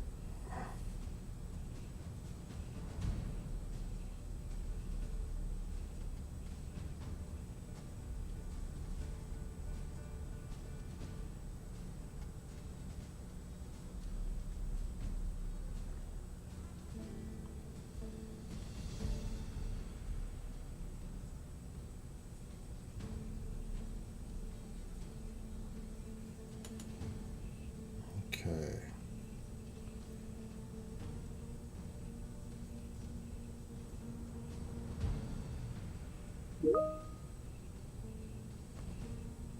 Mind-blowing news from Egypt. New organized cylindrical structures found beneath the pyramids at Giza that extend to the depth of 2 kilometers beneath the surface. No humans had the tech to make these. What is this? I am struggling to express in words just how significant of a discovery this is.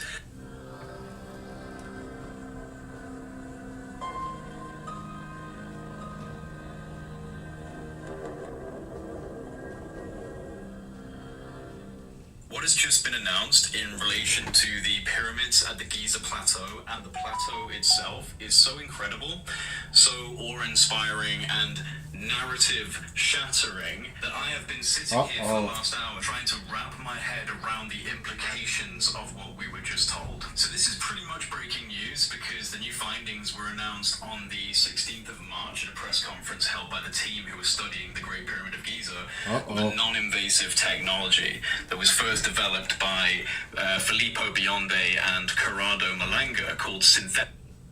That's interesting.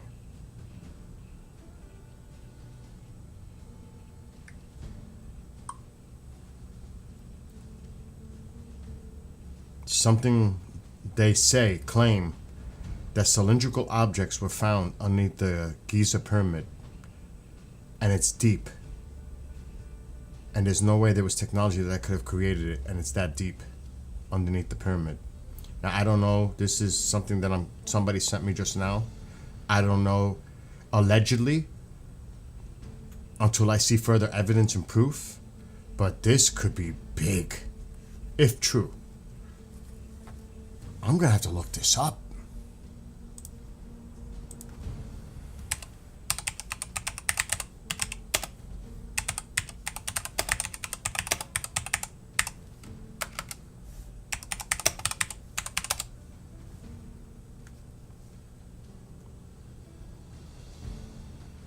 There's nothing coming up yet. Any time past week. 1 day ago. This is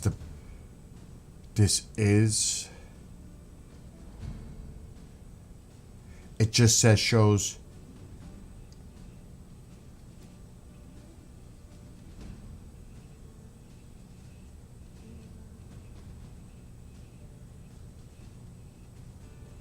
it doesn't say anything about cylindrical.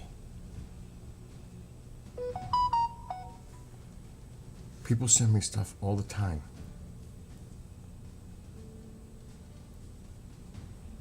What is going on?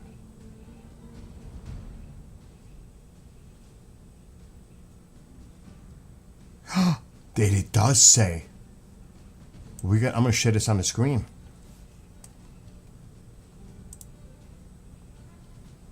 This is from an article on the press conference, press release.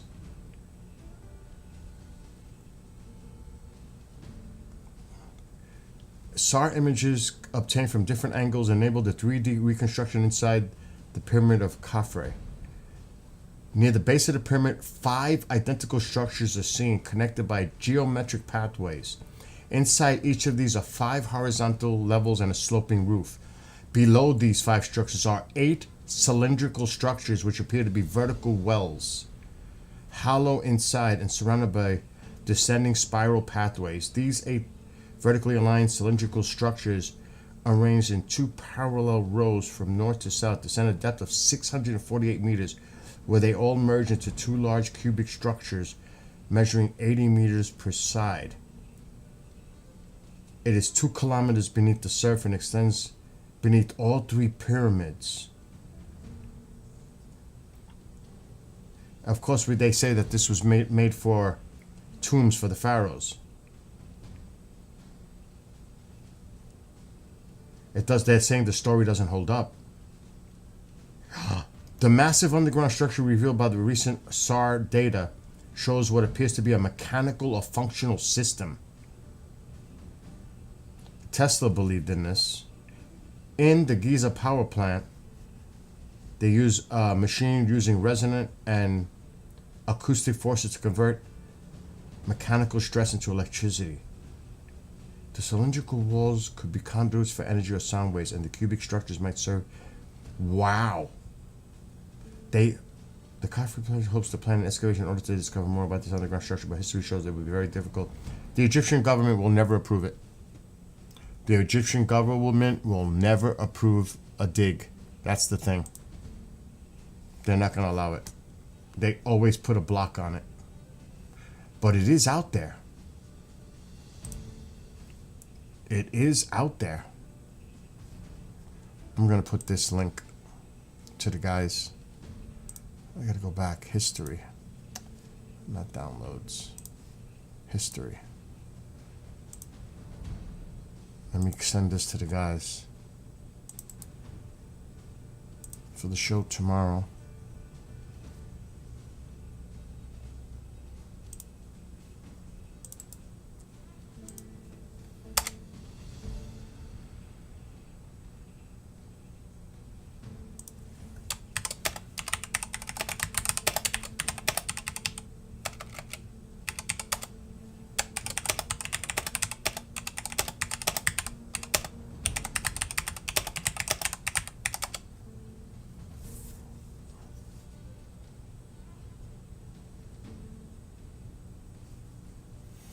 Okay, I just told them. You know what though? Genghis?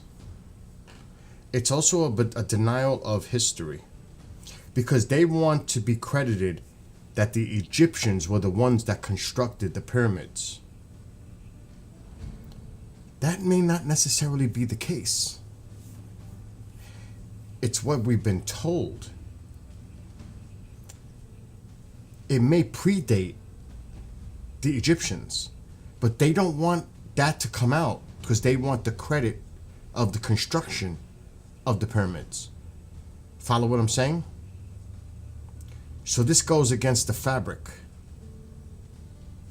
It contradicts. I mean, this is a seriously complex, if true, system underneath, and it's 2,000 kilometers below the surface. 2,000. And there's a lot of math involved in this.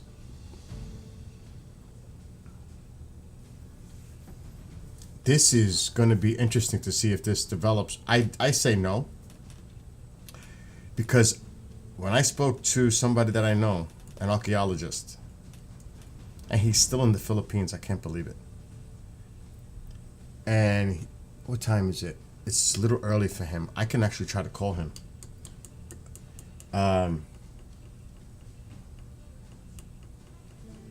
Yeah, but to dig, to excavate is a different story, Genghis. I've known stuff for years. And they denied other people that were looking into the same kind of technology, finding all kinds of underground structures and tunnel systems and like underground dwellings, like big vast rooms, and they denied them. This is not new. This is new about this cylindrical thing, but this is not new when it comes to the pyramids, of them finding big open areas underneath, but they refuse to give the excavation permits, the Egyptian government. And it's one person really, Zawahiri, I can't remember his name, that is holding everything up. No, it wasn't Childress. It was, I think it was a female that was heavily involved. I can't remember her name. She was like really involved with it. But This is really interesting. I know a story that somebody told me. I don't know if he's still alive.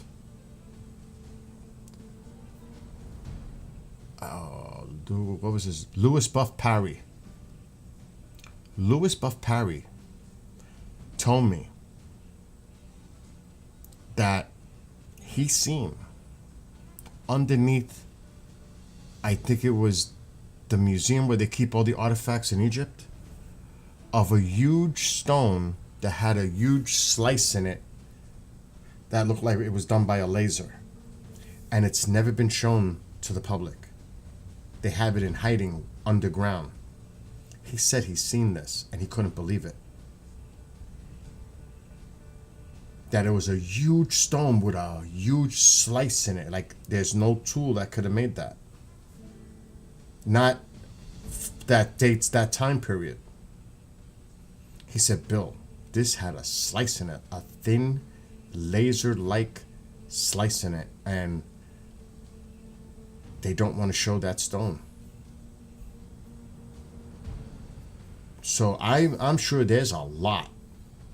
Just like the Vatican vaults have a lot of information that they don't show to the public. There's a lot of stuff that's hidden from us. You can only imagine. So this is interesting.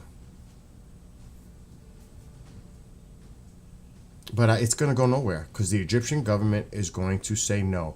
There's no way, because that's a sacred site. They're not going to want people to go digging 2,000 kilometers underneath the ground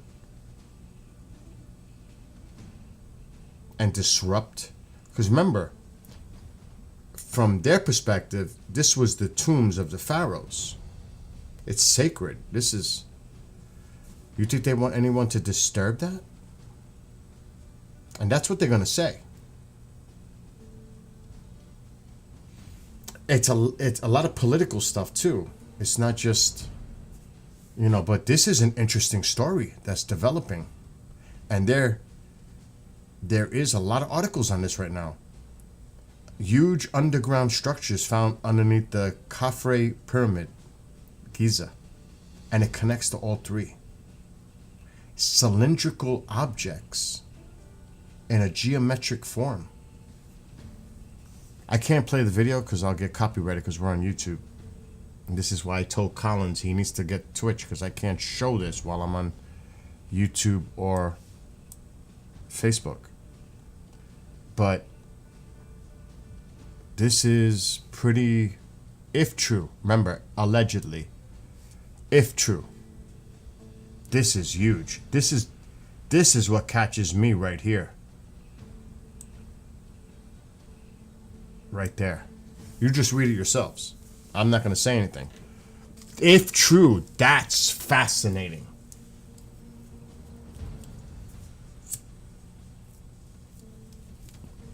Just the information that's put there. And this was released by the university.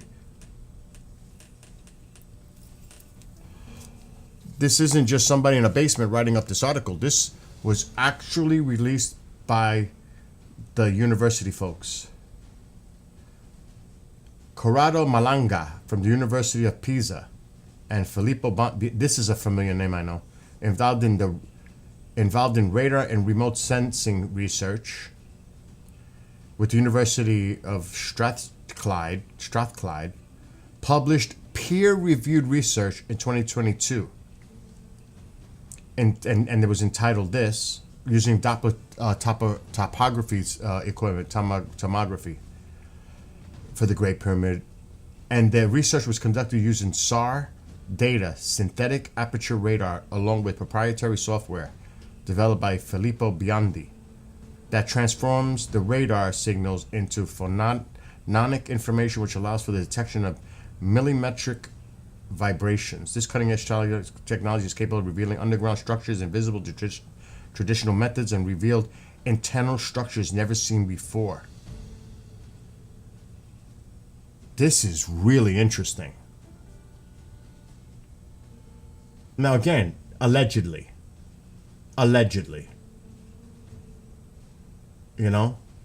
we can't. Until I see evidence, you know, like all of us, we need to see the evidence. And they think it's mechanical in nature because there's a lot of this talk. The Giza Death Star, Joseph Farrell, who's a recognizable name. But look what it says. Proposed that the Great Pyramid of Giza was a weapon for mass destruction using a type of physics. A weapon of mass destruction, really? They're never gonna get approval to excavate. They're not. I can't remember her name. I knew her and I was trying to stay in contact with her, but she fell off the radar.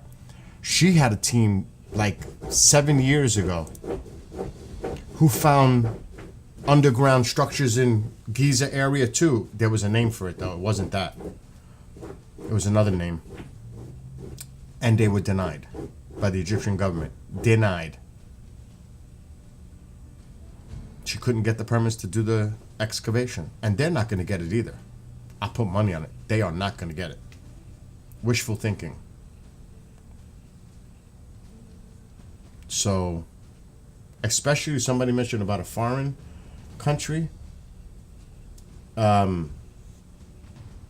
You know, that's a whole different perspective in itself. Because that does have a lot to do with it too. Especially if it's Western. You know what I mean?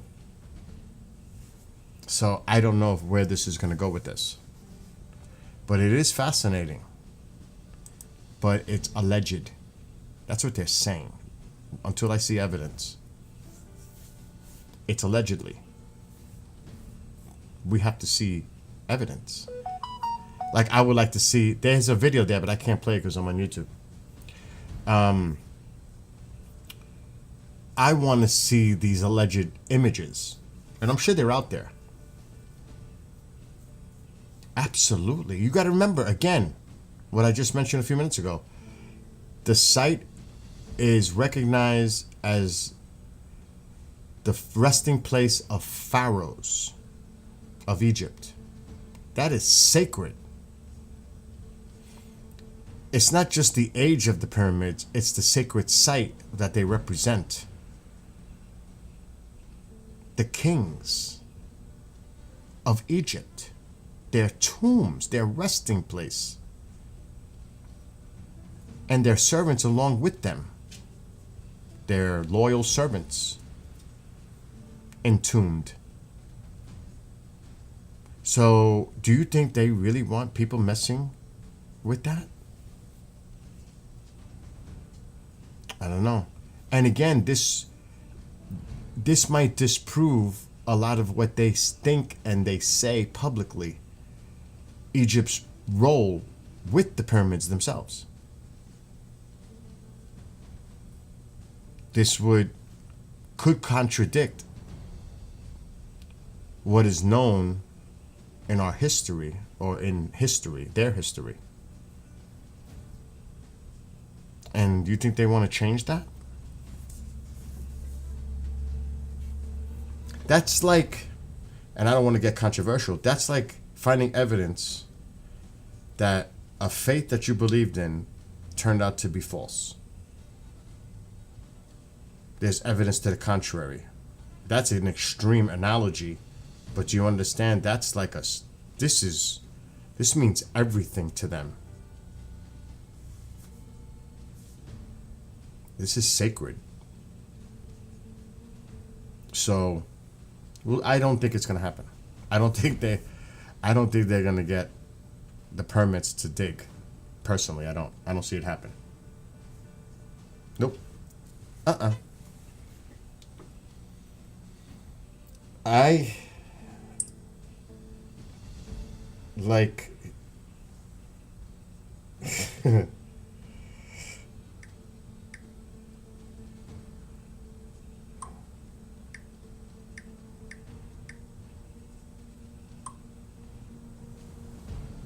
I don't know. I don't know what to make of it. I have not had not looked into the JFK docs.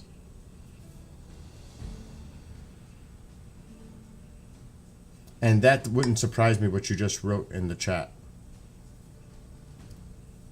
Because that was the height of that whole Cuban Missile Crisis thing.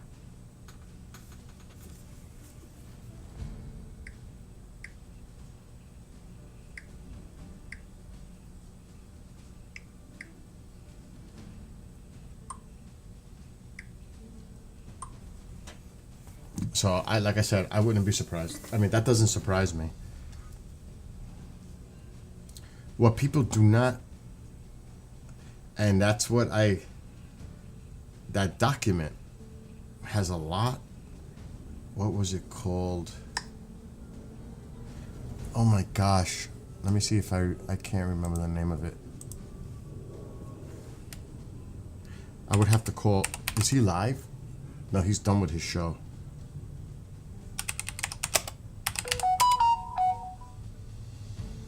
I got it. If you really, really, really want to see something wild, Operation Northwoods, look that up, was a proposed false flag operation that originated within the US DoD in 1962 to create a false flag event to engage and start a war with Cuba. That's an actual true document. You should look at that. Because John F. Kennedy said no. They came out with all different ways to create a scenario where we would declare war on Cuba. And they were not true. They were false flags. But Kennedy said no. So, there's a lot of speculation. Did that have anything to do with it?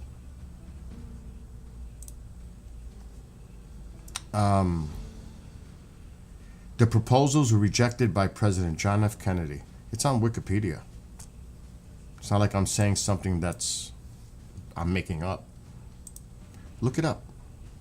Operation Northwoods was a proposed false flag operation that originated within the United States DoD. The proposals called for CIA operatives to both stage and commit acts of terrorism against American military and civilian targets, blame them on the Cuban government, and just use them to justify a war with Cuba, against Cuba. And there's all kinds of different scenarios that they put in this document, but the proposals were rejected by President John F. Kennedy. So you can look this up. You can actually find the actual document, the PDF. Now this is just one, but you can actually find the whole document. It is there. It's available. The PDF is available online if you really want to look at it.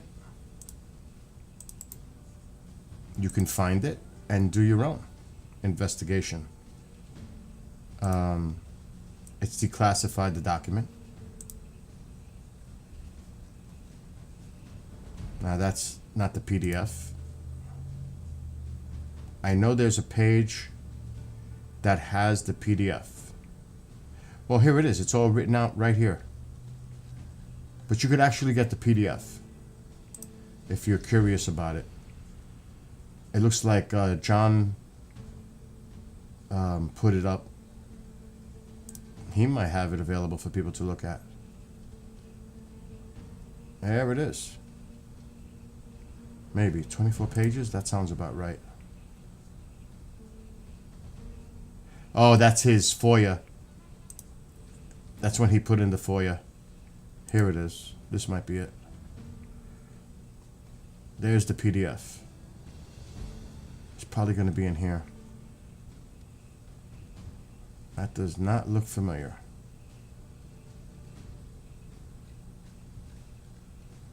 That's just again, doing the... Oh man, it might have been there. At the bottom. That's a FOIA, yeah. FOIA requester.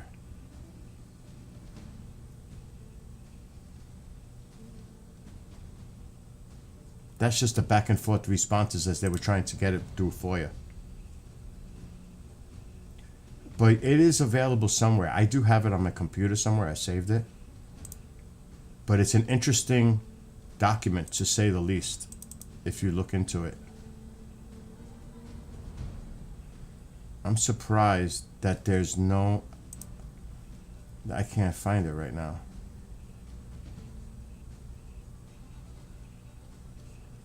But this, they say this had a lot to do with it.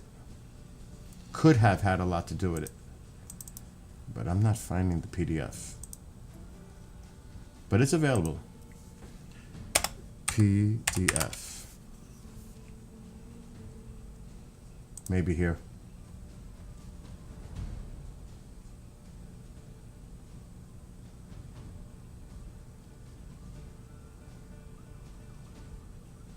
Yeah, but look, it's skipping.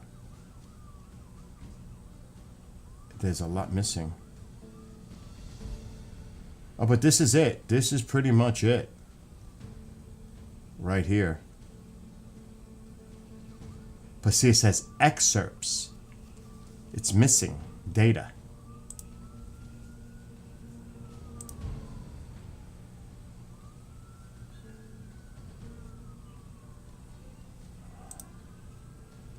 Now that's redacted.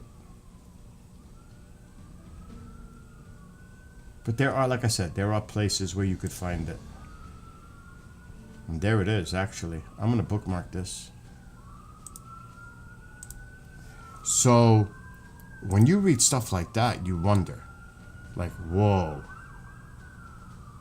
Like, really, whoa. And the thing is, they all wanted it. The DOD wanted to do this, but John F. Kennedy said no.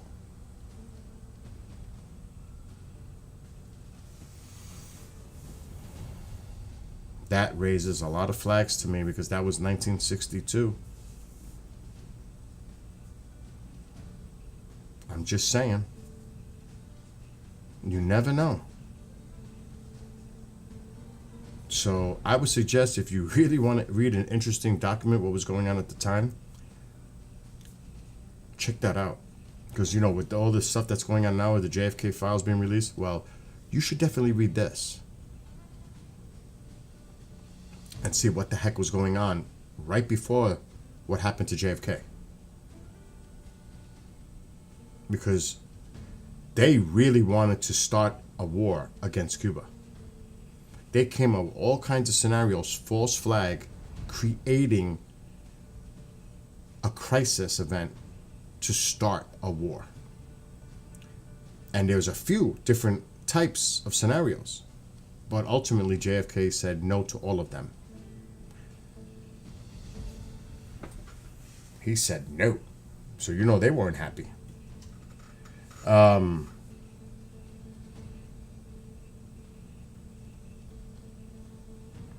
Oh, definitely. There's no question, Genghis. But this, remember, this is an actual declassified document that a lot of the public isn't even aware of. I guarantee a lot of the public isn't aware of that document. Like, what are you talking about? Well, it's there. I didn't know about it until Chris DePerno told me. Says, Bill, you got to check this document out. And I was like, when I read it, I was like, wow, what they were trying to do. There's even talk of how they were going to use a civilian aircraft drone. This is 62. To replace another aircraft and then detonate it and say it was shot down with passengers on board by the Cubans. A drone. A civilian aircraft drone operated remotely in 62. Read the document. And you know, you think that's a technology. They had the capacity to make a drone in 62. In 62.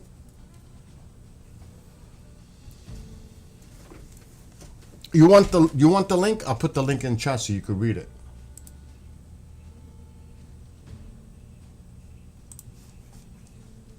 I could read it. I don't want to like be stuck on this. I'm gonna read that part. I gotta make it bigger though. I know I have the PDF, but I'm not gonna spend an hour trying to. I'm gonna magnify this one. I can't read that. It's that crazy. Let me go to the next page.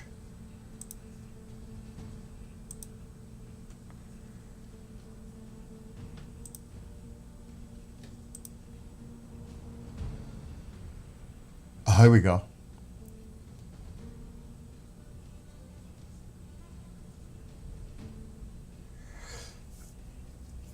But this is the different. They had so many different types.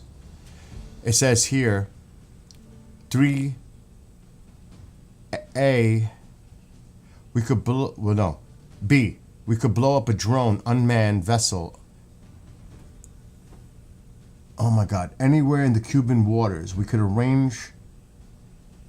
I can't even see this. It's so. I'm gonna try to zoom in. There we go. We could arrange to cause such incident in the vicinity of Havana or Santiago as a spectacular result of Cuban attack from the air or sea or both. But that's not going into the details. That's just some of the ideas. But here's the one. You ready? This is from the document. Get ready, this is wild. An aircraft at Eglin Air Force Base would be painted and numbered as an exact duplicate for a civil registered aircraft belonging to a CIA proprietary organization in the Miami area. At a designated time, the duplicate would be substituted for the actual civil aircraft, so they would swap it in the air, and would be loaded with selected passengers, all boarded under carefully prepared aliases. The actual registered aircraft would be converted to a drone. Takeoff time of the drone aircraft and the actual aircraft will be scheduled to allow a rendezvous south of Florida. From the rendezvous point, the passenger-carrying aircraft will descend to minimum altitude and go directly into an auxiliary field at Eglin, where arrangements will be made to evacuate the passengers and return the aircraft to its original status. The drone aircraft, meanwhile, will continue to fly to the filed flight plan. When over Cuba, the drone will begin transmitting on the international distress frequency a Mayday message stating it is under attack by Cuban MiG aircraft. The transmission would be interrupted by destruction of the aircraft, which will be triggered by radio signal. This will allow ICAO radio stations in the Western Hemisphere to tell the U.S. what had happened to the aircraft instead of the U.S. trying to sell the incident. It is possible to create an incident which will make it appear that communist Cuban MiGs had destroyed a USAF aircraft over international waters in an unprovoked attack. Approximately 4 to 5 F-101 aircraft will be dispatched in trail from Homestead Air Force Base, Florida to the vicinity of Cuba. Their mission would be to reverse course and simulate, I don't know what that word, I can't make it out. So they had it all planned out. This is just one of the scenarios to create a war with Cuba. You have to read this document. Yes, create a fake attack on a civilian plane. This is an actual unclassified document. It's called Operation Northwoods. And it's intense when you read it. There's a lot to it. But John F. Kennedy said no. I'm not approving this. He didn't want to create a false flag war with Cuba. But they wanted to. The Department of Defense wanted to.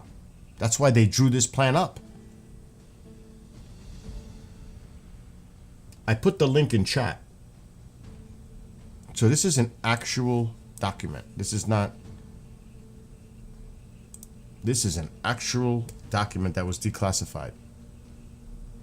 And it goes in depth about what they had planned, but John F. Kennedy said no. A lot of the public is not aware of this, but it exists. Did this have anything to do with anything? I can't, I'm not going to speculate and say it did. But for him to say no on what they wanted to do, they wanted a war with Cuba. But he said, no, I'm not going with this. That's deep. That is deep. So, you know, with everything that's going on with these files coming out, that's an interesting document that a lot of people aren't aware of. Operation Northwoods. And I suggest people read it. You would be shocked to see what's in that document. And I mean, that's like unbelievably sensitive material for that time period. It's after the fact, so many years later, that this document is there. But this is... Can you imagine what else is out there that they have?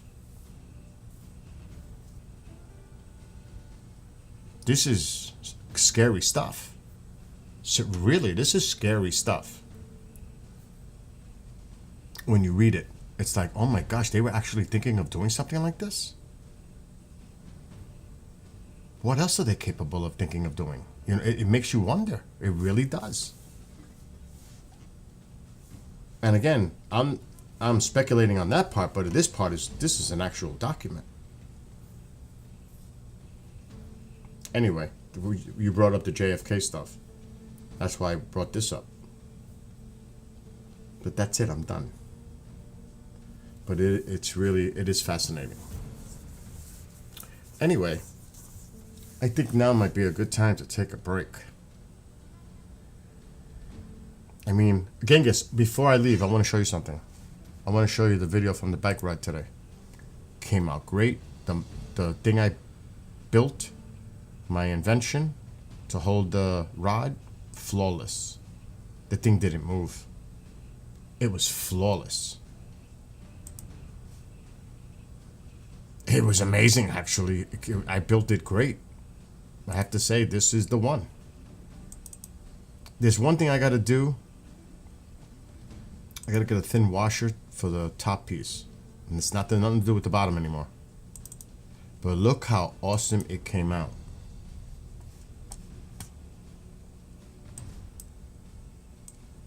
It worked great. I was scared. I was still nervous about it. I wasn't sure, but look how high the camera is. Look at the people. They're like below. They're like way down. And you can see the shadow of it, maybe. Well, right now the sun is at... There it is. See it? That thing's not even moving. Look at the pole. How steady it is. It's not even moving. That's how greatly constructed it is. It is perfect. Perfect. It's not moving.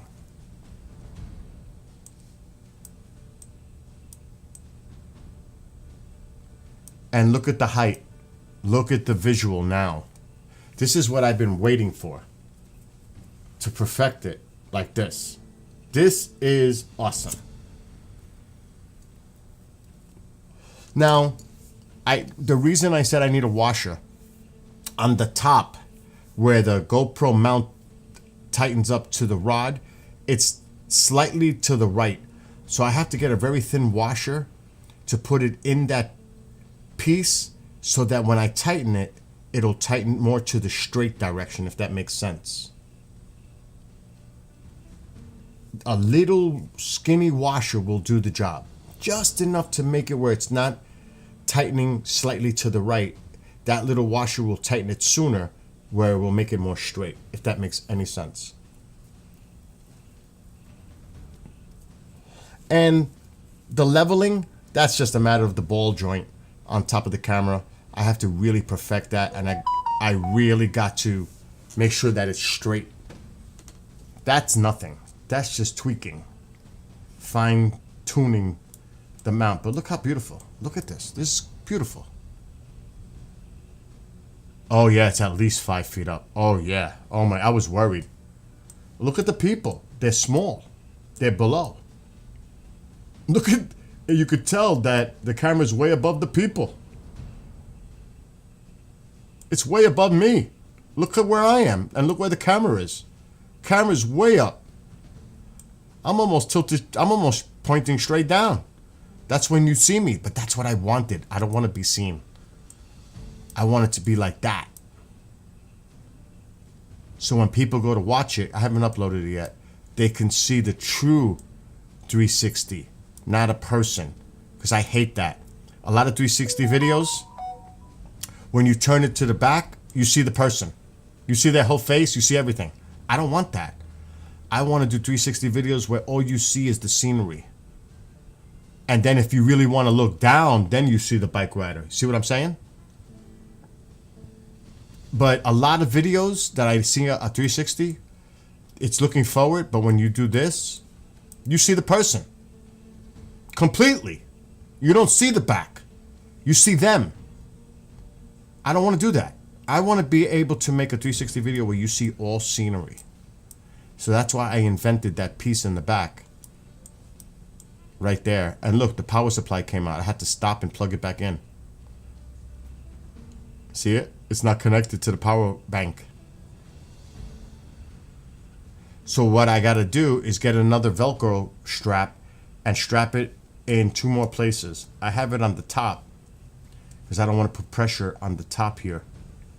So I got to put another one in the middle to hold the cable and another one at the base to hold the cable. So it doesn't, with the wind, it doesn't pull it out. That's an easy fix.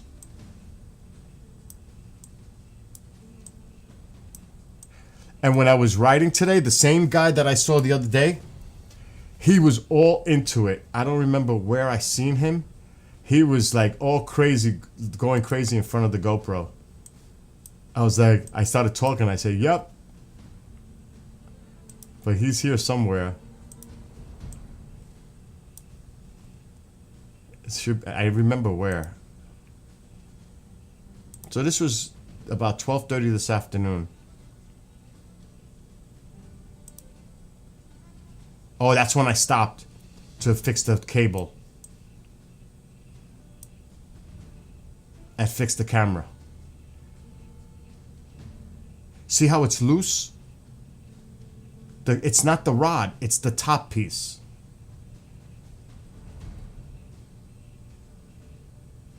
It's crazy.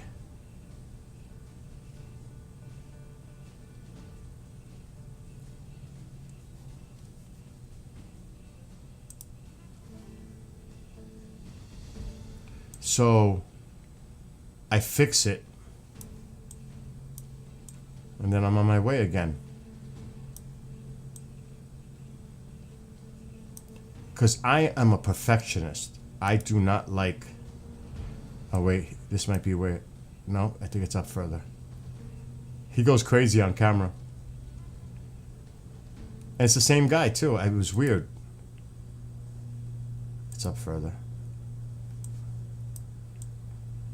I think it's here. I think I missed it. I think it's back a little. It is back slightly. It is a 2-hour video. So it's hard to capture. I'm gonna wait because I know it was over here when I crossed this crazy street. This is a dangerous street. Very dangerous, this one. Oh, it's up there. This camera's up there. That's why I gotta look out for branches. Like, whoa. Get away from that branch. Here he is. This is him, I think. Watch him. You see? You seen him? He's got his fist in the air. Like, yeah. He knows he's on it. It's very sensitive. It's hard to get it. Oh my God. This is like brutal to try to get it. Yeah, I went too far.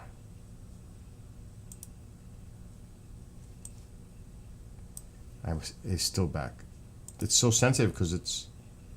I just missed it just now. Okay, it's coming. Watch him. Watch this guy. It's so funny because I was like, he got me amped up. Yeah, I'm gonna tell you, you see a lot of the same people biking, and you have that respect of each other when you're bike riding. It's not like we're stopping and hanging out, but it's like, yeah.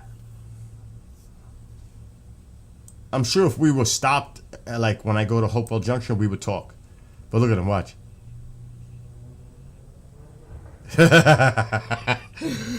He's like putting his fist up in the air. It's cool. It's bikers' respect to each other. It really is. And then I go to Hopewell. This is a 30-mile round trip. Oh, there we go. I'm in Hopewell. So this is entering Hopewell Junction.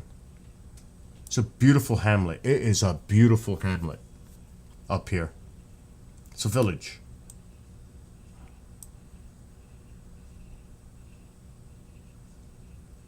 My next ride is going to start here, and we're going to go north. That's really remote. And it also passes a lot of beautiful places. Trump's golf course is up about 2 miles. His club, country club. Just saying. I make the turn. That's why I'm turning. And then I stop for some Gatorade. Sugar-free. But you could tell by the people how high the camera is. I stop at the last bench.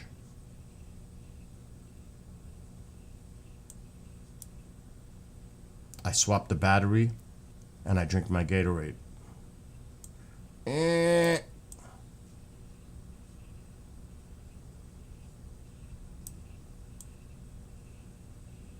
Checking the camera.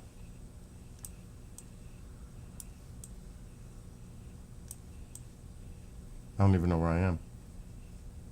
You can't see me because I'm like straight below in the cargo bag. I'm gonna swap out the battery because I keep forgetting to charge my e-bike battery.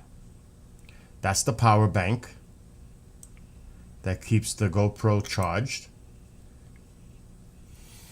There's my phone in my hand. I don't know why I got my phone in my hand. Oh no, that's the battery. And then you have to use a key to unlock the battery that's locked in there.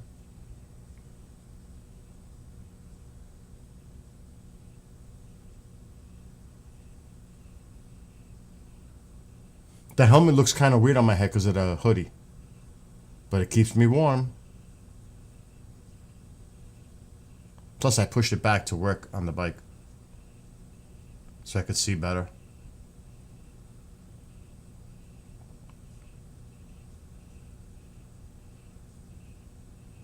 And I'm listening to music, so I'm having a good time. I put the other battery back.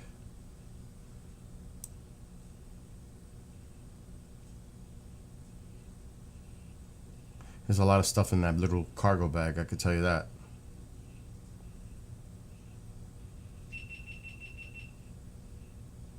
What the heck is that?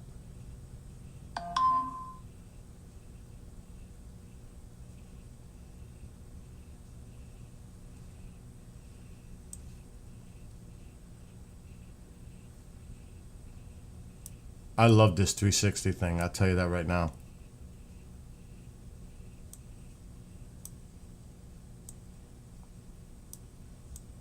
Now it's Gatorade time.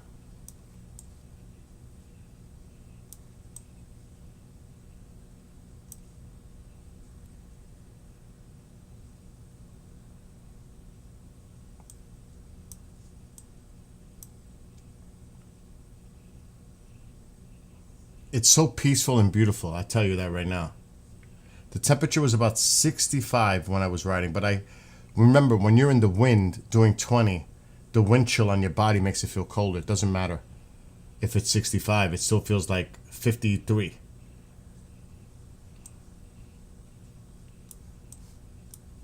And now I'm done. Gloves back on. And time to go back to where I was. Parked. 15 miles now, heading back. And I don't take much of a break. If you notice, I just drink my Gatorade, And then I get right back on the bike and head back. And this is a shooting range. The sign is going to be on the right. This is a shooting range over here. The sign is right about here. If I remember, I don't see it. I might have passed it already.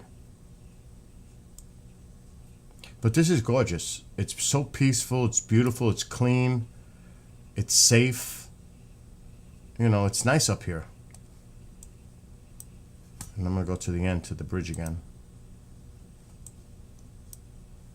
And now we're heading over the bridge, back. So now you know I'm ready to take on other trails.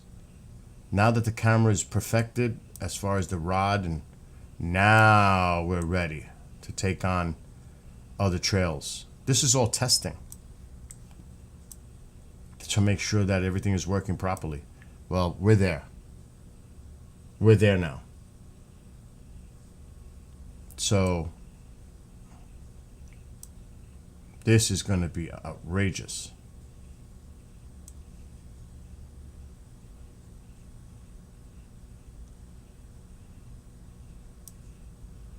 There's a lot of people out on the bridge today. For a work day and a school day.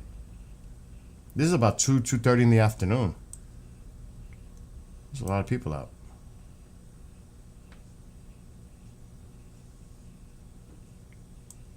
Believe it or not, that's the cord. It's the way the camera's putting the 360 together. It's crazy. See? You could see how it's putting the picture together.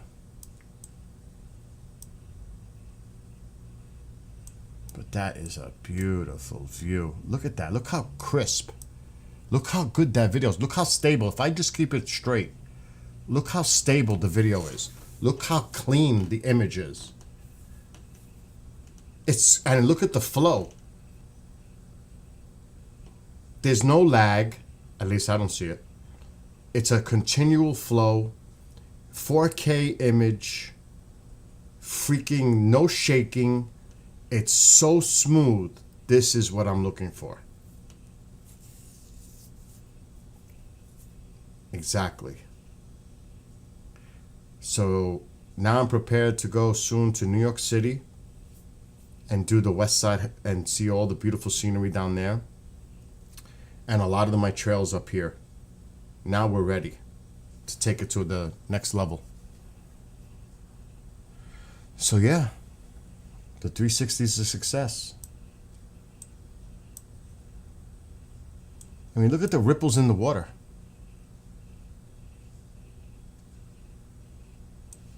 It's beautiful. And wait till this is all green. It's going to look beautiful. That's going to be the next big test, Genghis, on the off-roads. That's why I want to test it first. This thing did not move. Look at that bracket. This thing did not move today. At all. Did not slide. But look at the bungee I have around it connecting to underneath the seat. Just in case. But it's not even moving. I'm not, I take all precautions. I have to. Safety.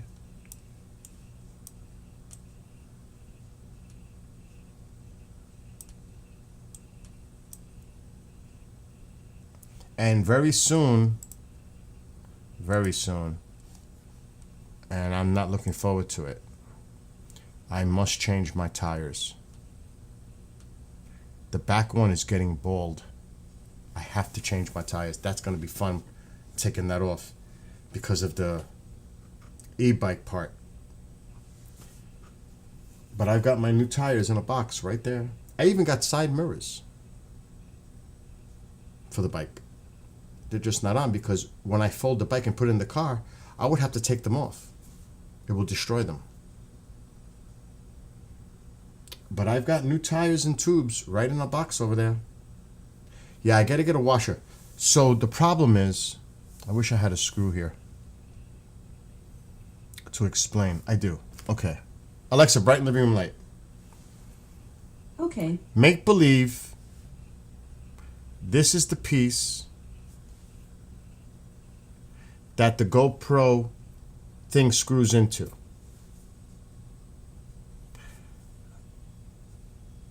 It's too bad. That would have been great. So when I tighten it, where it's tight, the GoPro mount, it's slightly tightening because of the way the rod I put it in.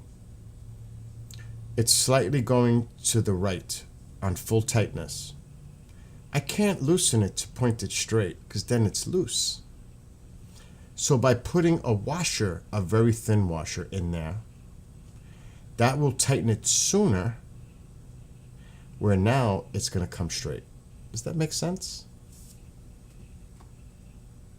So the washer will make it tighten sooner, rather than it does its final tighten and the camera's slightly off to the right. With the washer, it'll bring it back straight. Does that make sense? Exactly. That's a great way to put it. It has too many threads. That's another way to look at it. It's engineering. It's simple, common sense engineering. And it's going to work. But I can't get a thick washer. It has to be thin because I don't want it to be where now it's going to tilt to the left when it tightens. So actually I'm going to buy a few different types of washers. They only cost 11 cents, if that. 50 cent investment will fix the camera. That's definitely worth it. But I do want to buy, because I'm not going bike riding now for a week. Alexa, dim the room mic because it's just going to be too chilly. I will not go bike riding now until it's 60 and over. Matter of fact. Alexa, what's the weather for the next 7 days? 7 days. Thursday, 55 degrees Fahrenheit and clouds and showers. Friday, 50 degrees and intermittent clouds. No way. Saturday, 55 degrees and cloudy skies. Sunday, 49 degrees and lots of clouds. Monday, 50 degrees and rainy weather. Tuesday, 48 degrees and lots of clouds. Wednesday, 44 degrees and lots of clouds. Those are not riding days. So there's no bike riding for the next week. I could wait. But in the meantime, I'm going to start. There's a few things I want. Exactly, Genghis. So the way I'm going to show you what I used. It's actually brilliant, this stuff. Again, it's engineering. It's common sense. It's not rocket science. It's not rocket science. Uh-oh. What did I do with it?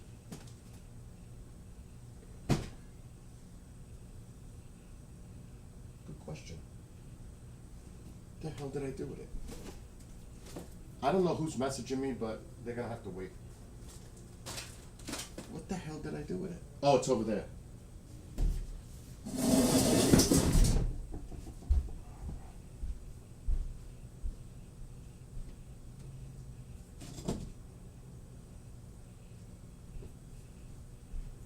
What is this on the floor? What the hell is that? Bleed stop. Oh my God. What is that? That's like an emergency wound bleeding thing. This is Flex Seal tape. This stuff is strong. So when I put the rod inside the 6-inch pipe that connects to that T that I built, I also, it's tightened on the bottom of the T, but I also put this wrapped to the pipe and around the rod. It ain't moving. Not with this. It's not masking tape. This stuff is cray-cray. This stuff is super strong. So there's white tape on where it connects. On top of that white tape, I'm going to buy reflective tape.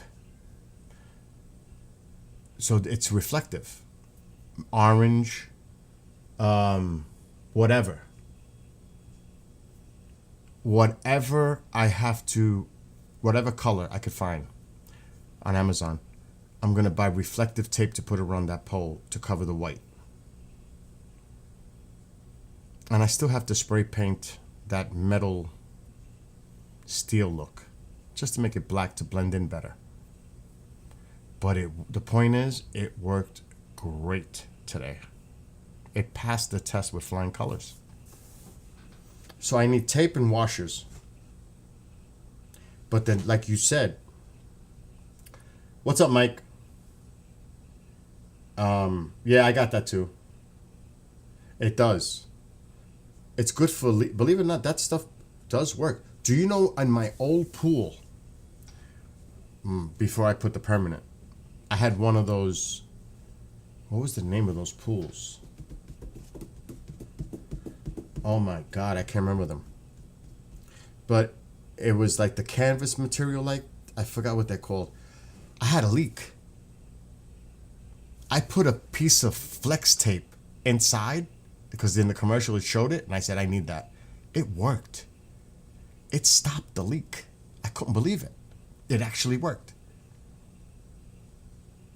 It stopped the leak inside the pool on the side. This was an old, one of those pools you put up and down every year. But they're popular. And it worked. I was like, oh my gosh, this stuff actually does work underwater.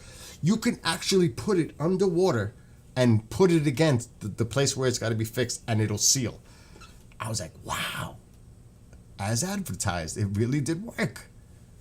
I was impressed. And I got alien tape. I got all kinds of stuff. But this tape is strong. That's the point. It's not like masking tape like this, duct tape. This is white, but this stuff is the real deal. And it's thick. And it ain't moving. So, really good. I'm really happy with it. By the way, Genghis, Mark is live right now on his new night with Tara. Sky Tour is live right now. Just so you know, Sky Tour is live right now. You have flex tape holding your water spout. The stuff really works great. It really does. So, like I said, my invention worked. But now, I have to concentrate on other things this weekend. I'm going to be busy doing other stuff. And today is technically the first, no, it's tomorrow. Is it? Yeah, it's tomorrow. Tomorrow's technically the first day of spring. I believe it's tomorrow. Afternoon. Technically. So spring is here. Even though it's going to be a cold week ahead. But spring is here now.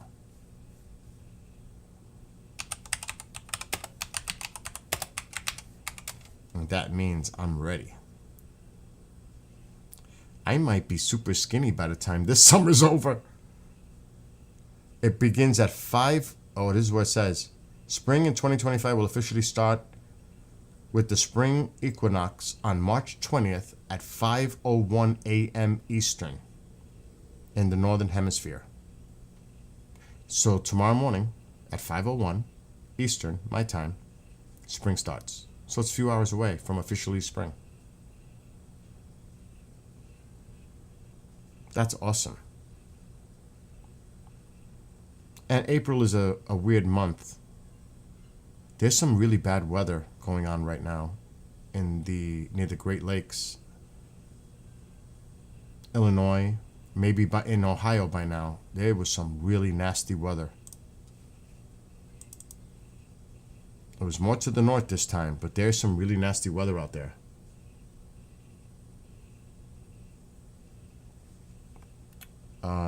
There's 11 alerts. Oh my God, look at all the severe thunderstorm warnings. Indiana, Kentucky, it shifted east. A lot in Indiana. A ton in Indiana.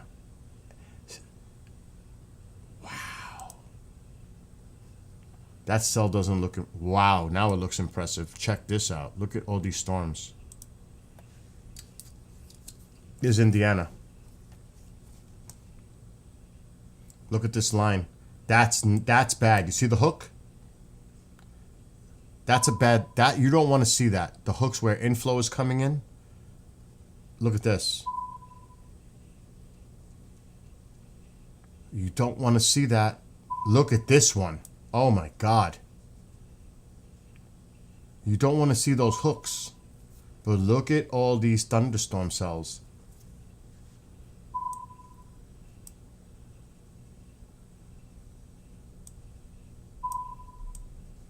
Look at them. Another line back here. So see, it's near the lakes. It's up north.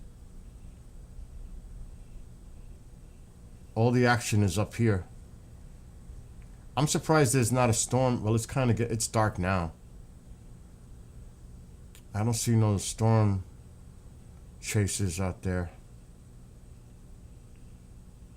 But that is a nasty... That's nasty weather right there.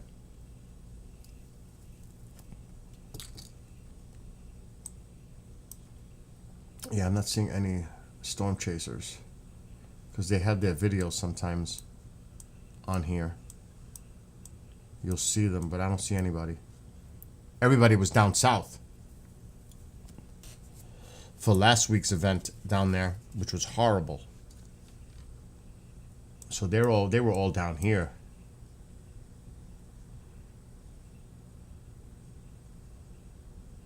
But they're not active. So all this is moving east-northeast. And it's heading like Ohio. I mean, they got to keep an eye out for this. Let's put it in motion. It's heading northeast. Yeah. That's what I thought. So up in here. But look at this line. It's going right into Ohio. But see, it's drifting more to the north. We're not going to get that. On the East Coast, we're not going to get much of it. The system, the low pressure is going to the north into Canada. So it's not going to be too bad. You heard my weather. There's no thunderstorms. It's showers. So right now it's here. This is where the activity is. So I hope those people stay safe. Not here. Now I'm going to look. You know how good I am with weather forecasting. Let's see what's going on for the next few days. Then Bill's going to take a break. Because I did 30 miles of bike riding. I need to break. And I got to get the station from Chanel soon.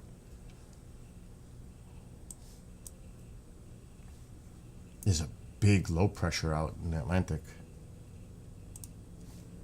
So here's that storm. Right there. Look at the cold air coming down. Wouldn't be surprised it's snowing on that side. Alright, let's take a look now. Let's skip to Saturday. Quiet. Still that a system is here. It's way up. Quiet where you are, Genghis. There's a high pressure that might bring in more of this warm air. This has been the way it's setting up. The high pressure goes out over here off of Florida, Georgia. Then another storm system comes down and interacts with it and creates... There's the storm system right here. But it's way up north. Which is good. We don't want it more to the south. Most of the action next Sunday will be again in the same place, up here. You got the system coming in here. You got the warm air coming up from the Gulf. Stormy here. Sunday. Almost the exact same setup. Look at this. And here's that rain coming into us.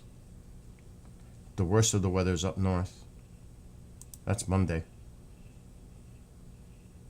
Then the system moves off. Pretty quiet.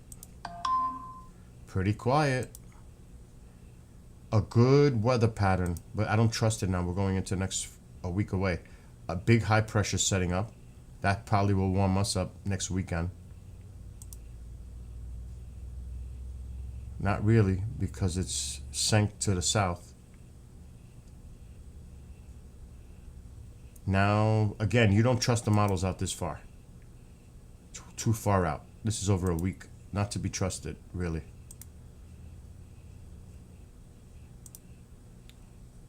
So it doesn't look bad, the weather pattern, for those who have been just hammered with severe weather down south, southeast. Doesn't look like you got any really bad weather heading your way. For at least a week. Louisiana, Alabama, Texas, Mississippi, Arkansas, etc. And points east. It's gonna be pretty quiet for you for at least a next week, which is where all those people, oh my God, it was horrible. I was watching some of the Weather Channel stuff. It was horrible. It's hard to see that. I will not put that on screen because I'm not gonna exploit the suffering of people of what they went through. I won't do that. Now, if it's a live thing and we're watching storm chasers, that's different. That's live. But as far as post coverage of drones, those are people that are suffering and have suffered, and loss of not just their livelihoods and homes, but even worse, loss of life.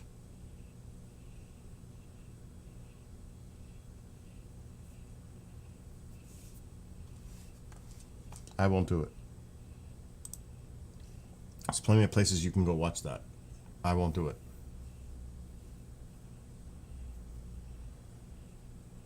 Because especially when you see people out in front of their homes and sifting through what's left and trying to salvage anything they can, personal belongings, that's just a hard thing to watch. Now, to me, this is just me. If you live anywhere where there's a lot of tornado activity,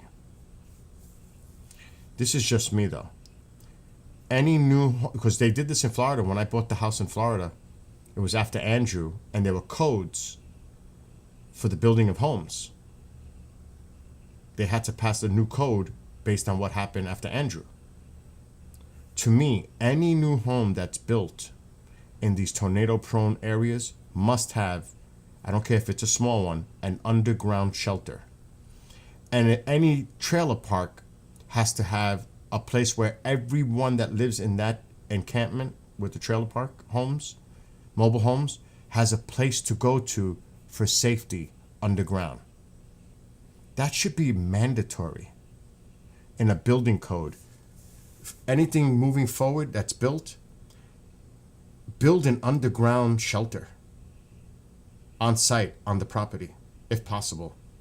If not, somewhere in the community, not a school building, I'm talking an underground shelter where people can go in the event of tornado warnings. In a tornado-prone area, that in a state like Alabama, Mississippi, where you have so much of this activity, Oklahoma, I don't care where it is, but moving forward, there should be some kind of a standard where that's implemented, where part of the new building process, you must build underground shelter for people to go to in the event of a tornado. That's just me, though. It's common sense to me. You're going to put them in a structure? Structure is what, a school building? Look what happened in New Orleans to the Superdome. Or look what happened in Tampa during the hurricane. Is that a safe place to be? Really? Because it's a big building? It's stronger? It needs to be underground. That's your safest bet. Really, it's your safest bet. Well ventilated, supplied with food and everything they need, emergency supplies, medical, whatever. But I don't know what anybody else thinks about it, but I think that should be something that they should definitely look into doing to save lives. That's just me, though. But anyway, like, I'm out. Like, if it was here, I cannot dig into my ground here. Because we live with a water table.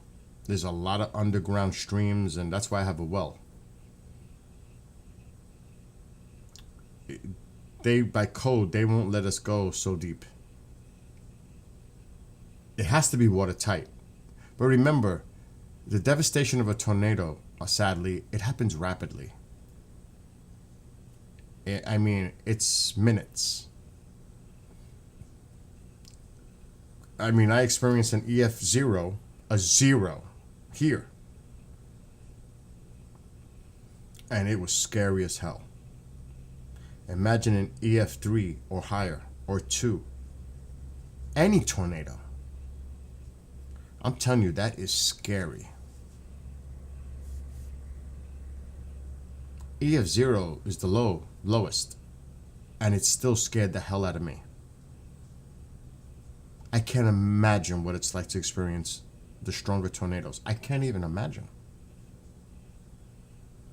I cannot relate. Nor do I. Only the people that have experienced that can speak about it. That's horrible. And I'm going to tell you, I'll never forget it. Even though it was an EF0, I'll never forget it. Because everything I had heard about what it's like when a tornado is coming was true. And my mother was here and my friend Eric was here. Yes, but I heard that freight train sound with his EF0. I heard it and I was like, oh my God, that's what they say it sounds like. I heard it here. But what really got me is when I went outside, because on the phone, tornado warning came up. And I'm like, oh my God, this isn't a watch. This is a tornado warning. That means there's one in the area and it's imminent and it's heading my way. That's scary when you get a tornado warning. It's like the emergency broadcast system. It's serious. And I'm like, oh my God, it's heading our way. So I stepped outside. The sun was still out. But when I looked to the west, it was a green, like a dark green, black sky. And I've heard about that, the way that greenish colors in it. And I'm like, oh my God, that's what people say they see. What's up, Mr. D? I'm live streaming. What's going on? Hey, how's the weather down there? Nice. It was beautiful today. I went bike riding. Did ya? Mm-hmm. Oh, I didn't see, did you use your GoPro? Mm-hmm. I didn't upload it, though, but it came out beautiful. Oh, yeah? Okay, that's great. What's new and exciting? Anything good? I love the picture of your, did I tell you your gazebo looks nice? Yeah, it came out nice. It did. The gazebo came out really nice. Yeah. Go ahead. I was impressed. I was saying I was pretty damn impressed with that. And I built it by myself. Yeah, that was a pretty hard one to build. Oh, it was pretty difficult by myself. Jeez. I don't have no help, Chris. I don't have like neighbors. They're all old, or, they can't do it. I don't have like somebody who's 25 neighbor that could help me build something and give them a little side money or make a dinner. You know what I mean? I don't have that. If I did, I would have had somebody help me, but I don't have that. So I had to do this by myself, and I said, I'm doing it. I don't care. I'm doing it. Oh, it looks nice. You did a good job on it and stuff. Yeah, you're outside working on your lawn already. I got to get out there and start doing that. I'm cleaning up the property, yeah. I'm getting it aired out and ready. It's going to get cold next week. Oh, you're kidding me. Yeah, it's going to be in the 40s. Really? Yep. I just checked my weather. Shit. We're getting spoiled, bro. We're getting spoiled with this warmer weather right now. I know. When I was out the other day, I mean, we were in gym shorts. and now you're telling people going back down into the 40s. When I was bike riding today, there were a lot of people wearing shorts or guys jogging with no shirts on. I'm like, it's not that freaking warm out. It's not that. But they always do that. The people that are jog, they always do that. But I'm like, I'm wearing a hoodie with winter gloves. I'm not there. No way. No, it's not that warm yet. I can tell you that. It ain't that warm, exactly. So, I don't know if you saw my message, but for April 4th, Paranormal Rangers are going to be on UAP. April 4th, awesome. And stuff. I got to look at the messages for tomorrow night. I haven't been able to look at it because I was on the air doing serial killers. I know. Yeah, serial killers, so it was good. Tomorrow is Mr. Douglas, and then next week is Stan Gordon, and then the week after that is Paranormal Rangers for UAP. Oh, that's good. That's a good lineup. And guess who might be speaking now after all the dust settled? Who might be speaking in Pine Bush? Who? Nick Pope. No kidding. Mm-hmm. Why when the dust settles? Because we went through so many names in the Rolodex, but it looks like it might be Nick Pope. It might be. I'm not saying it's for sure, but it looks pretty good. So it looks solid. Wow. How many speakers are they going to have this year? Only Nick Pope, Marianne Robb, Mark D'Antonio, and Martin Willis is going to MC. It's going to be small. Yes. Wow, that is small. Are they going to reduce the price of the tickets then? I have no idea what Lance is planning for a price. But And now, in the afternoon, or is that going to be at night? no, it'll be like at 6 o'clock at night till like 10. Oh, so I have like a dinner theater? Yeah, like a intermission for like a half hour so people can go eat. Bill, I can go eat. I hope they have better food, though. You know, the last one I went to, the food was like, wow. Actually, the last one I went to was pretty good, man. They had chicken parmesan. They had all kinds of stuff. I was like, oh, this is good. Really? Yeah, ask, oh my God, what's her name by you? Oh, she always goes. Oh my God, I can't think of her name. She always goes from MUFON. Oh, Cookie. Cookie, yes. Stringfellow, yes. Ask her. She always goes. Yeah, she stays at this very nice hotel that I think it's right across the street from the Yep. company concert. Yep. The I don't know if it's called the Pine Bush Inn Tavern. I forgot what the heck the place is called, but I know I took Travis Walton there. That's where he stayed. But Mark is gonna stay here with Marianne, of course, and then he'll put up. Martin will find a place to stay, and he'll put up Nick Pope somewhere. Yeah, I'll probably put up Martin Willis too. I mean, I would imagine. Yeah, he will, of course. He has to. Yeah. But it'll be small gathering in my house this year for a change. I'm not gonna.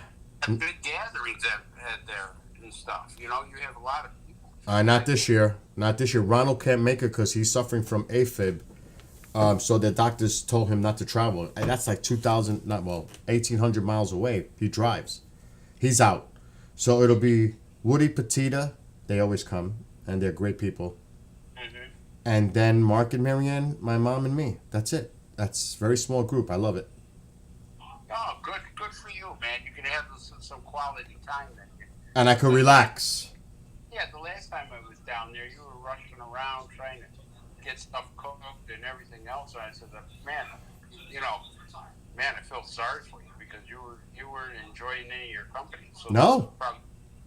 Because my focus is on making my company as comfortable and spoiled as possible. Yeah, you do. And the problem is that you don't have time for yourself or anything. But now that you got a smaller group coming, I think that's a perfect idea. Yes, and I invited Martin and his other half, Donna, to come here for dinner. Oh, no, they'll enjoy. What are you going to cook for them? whatever they recommend in their diet, because I want to make sure I cook something that they can eat. You know what I mean? Yeah, you're a good cook, so whatever you make, you'll probably turn out really good. Plus, I'll invite Nick Pope, and I can always drive him back to the hotel. You know, I could always invite him to dinner. Because it's going to be a very small group. You know what I mean? It's just going to be, it's private. So, Now, when is Pine Bush? In June? yeah, June 7th. That's not the same time as Contact in the Desert. Contact in the Desert is a week before. Oh, that'll be good. Yeah. So, yeah, dude. So tomorrow, this should be a very interesting show on UAP with this gentleman that's on. I think it'll be a great show. I think it'll be really good. I sent you an email with the link and the show description, so you get a little background. I will. How's your models coming? Good? I finished the last Enterprise. I only have one model left. It's a guided missile destroyer. I'm not going to start it. Maybe I will start it, since it's going to be nasty weather for the next week. That's my last model, and then I'm focusing 100% on bike riding. How many miles are you going to be doing when you bike ride? I did 30 today. Wow, that's a long way, bud. It's not as long as you think when you're riding. Is it up and down hills, or no, is it straight level? It's pretty much flat. And it's paved. It's asphalt. It's beautiful. And I put music on, so it takes about an hour one way, more like 50 minutes. I'm enjoying myself. And then I stop just to... Own pace. Yeah, and then I drink a Gatorade, and then I head back, and it takes about hour and 45 minutes, and it's fun. I'm listening to music. I'm enjoying the weather and the beauty and everything, and before I know it, it's 30 miles. You know? Wow. What, about 2 hours? Yeah, a little under, like an hour and 45. Oh, that's a good trip, man. Yeah, and it's great for my health. You know? How many times do you do it a week? When the weather gets nice, at minimum 4. That's great. I mean, your heart will really be strong after that. Oh yeah, dude. I mean, I lost all this weight. You know. Mark couldn't believe it. Marianne couldn't believe it when they seen me. They were like, "Oh my God, you're like half the person you were." Yeah, you lost a lot of weight. 67 pounds. Well, you keep biking, man. Biking is good for you. It really is. It really is. And my shoulder's getting better, so soon I'll be lifting light weights again. Light weights until my shoulder's completely better, but I'm going to do the weights again. So I'm on my way. I'm definitely on my way to getting healthy, because I'm not there yet. I need to do more. Yeah, the older you get, the more you start jogging or something. That's really pounding on your hip joints and your knee joints. Yep. So if you start biking early like this, I mean that'll be good for you and stuff. Yeah, I mean, it's so far so good, thank God, except for this shoulder. But I'm going to physical therapy, so it's helping. Oh yeah, did they take good care of it? Oh yeah, dude, it's helping, man. Oh my God, I have full range above now. I could reach my hand up without no pain. Did they say they had to rip up the scar tissue inside? No, right now it's about stretching and building the strength in the shoulder to get range. And it doesn't look like I'm going to need surgery. That's the main thing. Oh my God, I don't want to have that rotator cuff surgery, Chris. I had it the last time on this arm, this shoulder. Oh, I don't want to go through that again. Never again. Never. Yeah, I think you can only lift a certain amount of weight, right? Yes. Because I can tear it. It's partially torn. I could fully tear it. Then I need surgery. Yeah, you don't need that shit, right? No. And even the other one that was repaired, you have to be careful. You can't go crazy because you could re-tear it. It's because they drill. It's like a thing they drill into the bone in your shoulder, and they use this thing to with a needle, and they tie it onto it. It's bizarre. It's like an anchor that they put, and then they reattach. Oh my God, dude. I watched video, and I should have never, before I had the surgery, I was like, I should have never watched that video, what the procedure's like. Luckily, in anesthesia, you don't remember a thing. You're out. I woke up, and I'm like, oh my God, it's over? And then I looked over and I saw the big bandage on my shoulder. I said, it was so fast. What happened? And really, it was like, it's done? I just woke up and it was because you don't know a thing.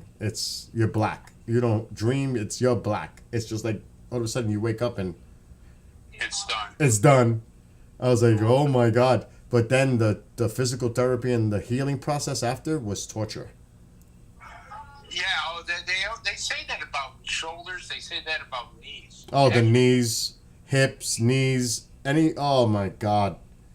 But dude, Hip surgery is easier than knee surgery. Knee surgery is like really, you're in a lot of pain for a while. I don't want to know. I had to sleep on a couch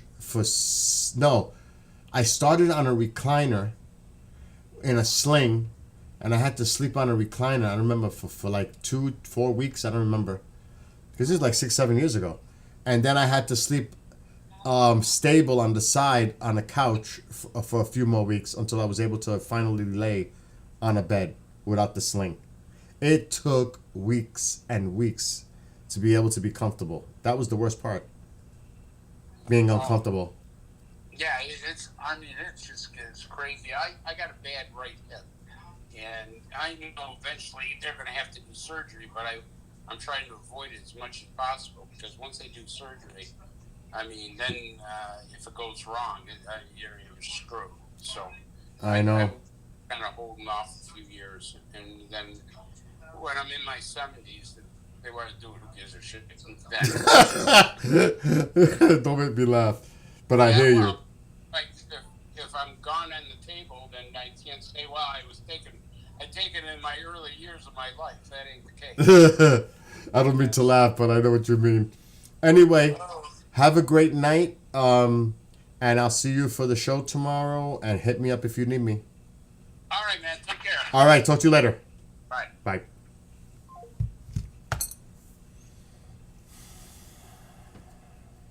He's a great guy. Retired detective. Did you put no? No, I did not put your Benson. I told you to load it, Mark. Oh my God.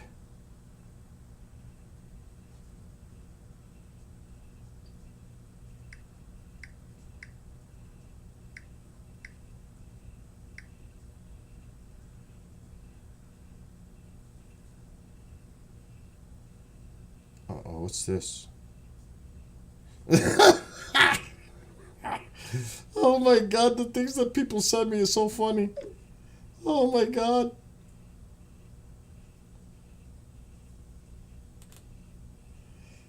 It's whack.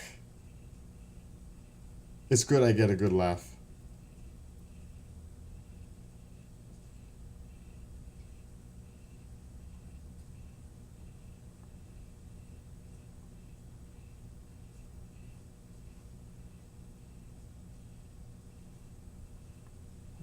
God.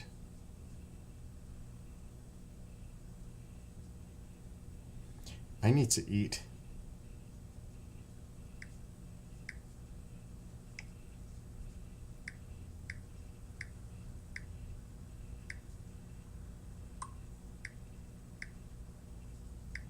They're messaging me.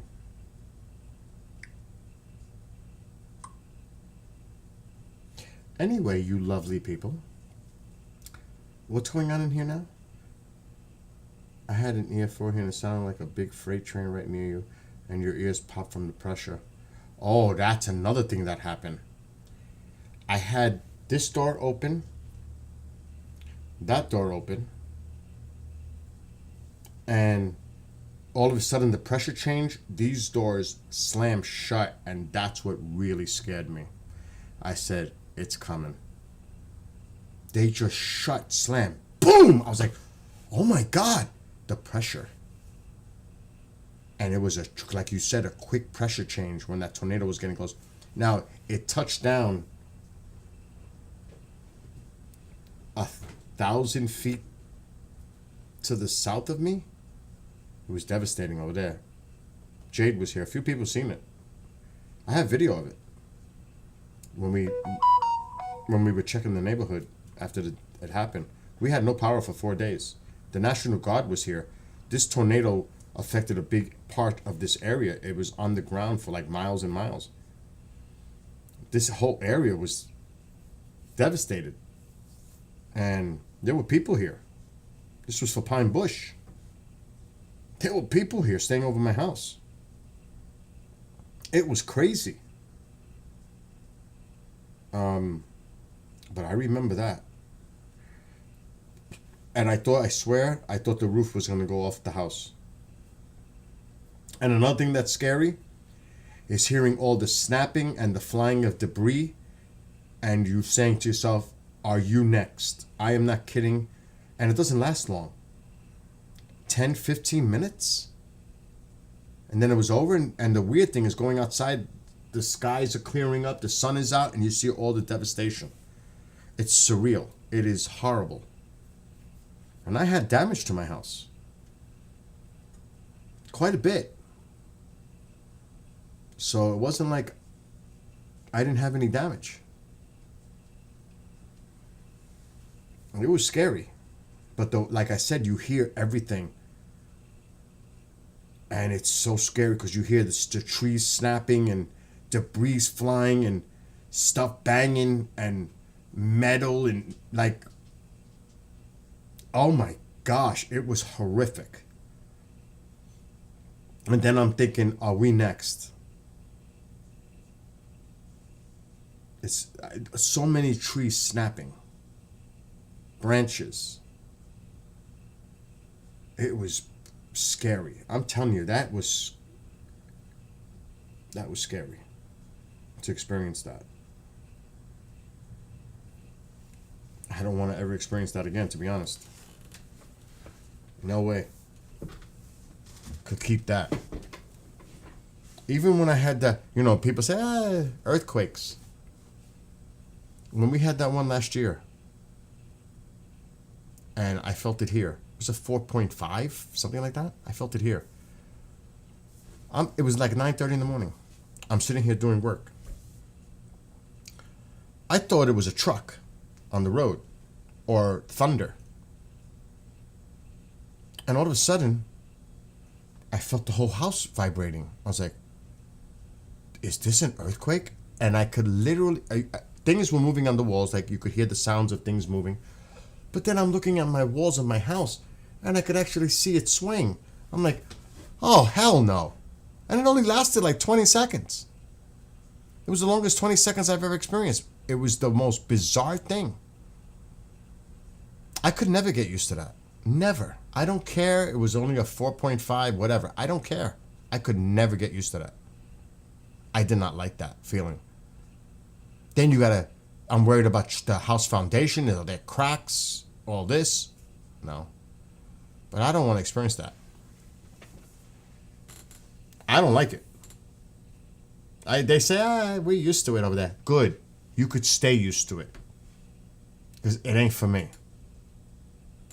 I am not getting used to that. No way. Uh-oh. It's that time. Somebody's here pushing my arm. My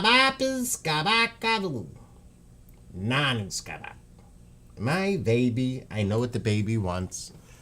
This baby right here wants to go outside. Yep, that one right there. My baby wants to go outside. That's what the baby wants. Right? Is that what you want? I know what the baby wants. The baby wants to go outside. Right? You want to go? Do you want to go? Look, he's waiting for me to say, let's go. Let's go. Gone. Anyway, I'm out. I'm going to take a rest. A break. To anybody that's watching, have a great rest of your evening. Be well, be blessed, be safe. I don't think I'm coming back tonight. I think I'm going to rest. So tomorrow at some point, but not till then, I'm going to go eat and chill out. So good night.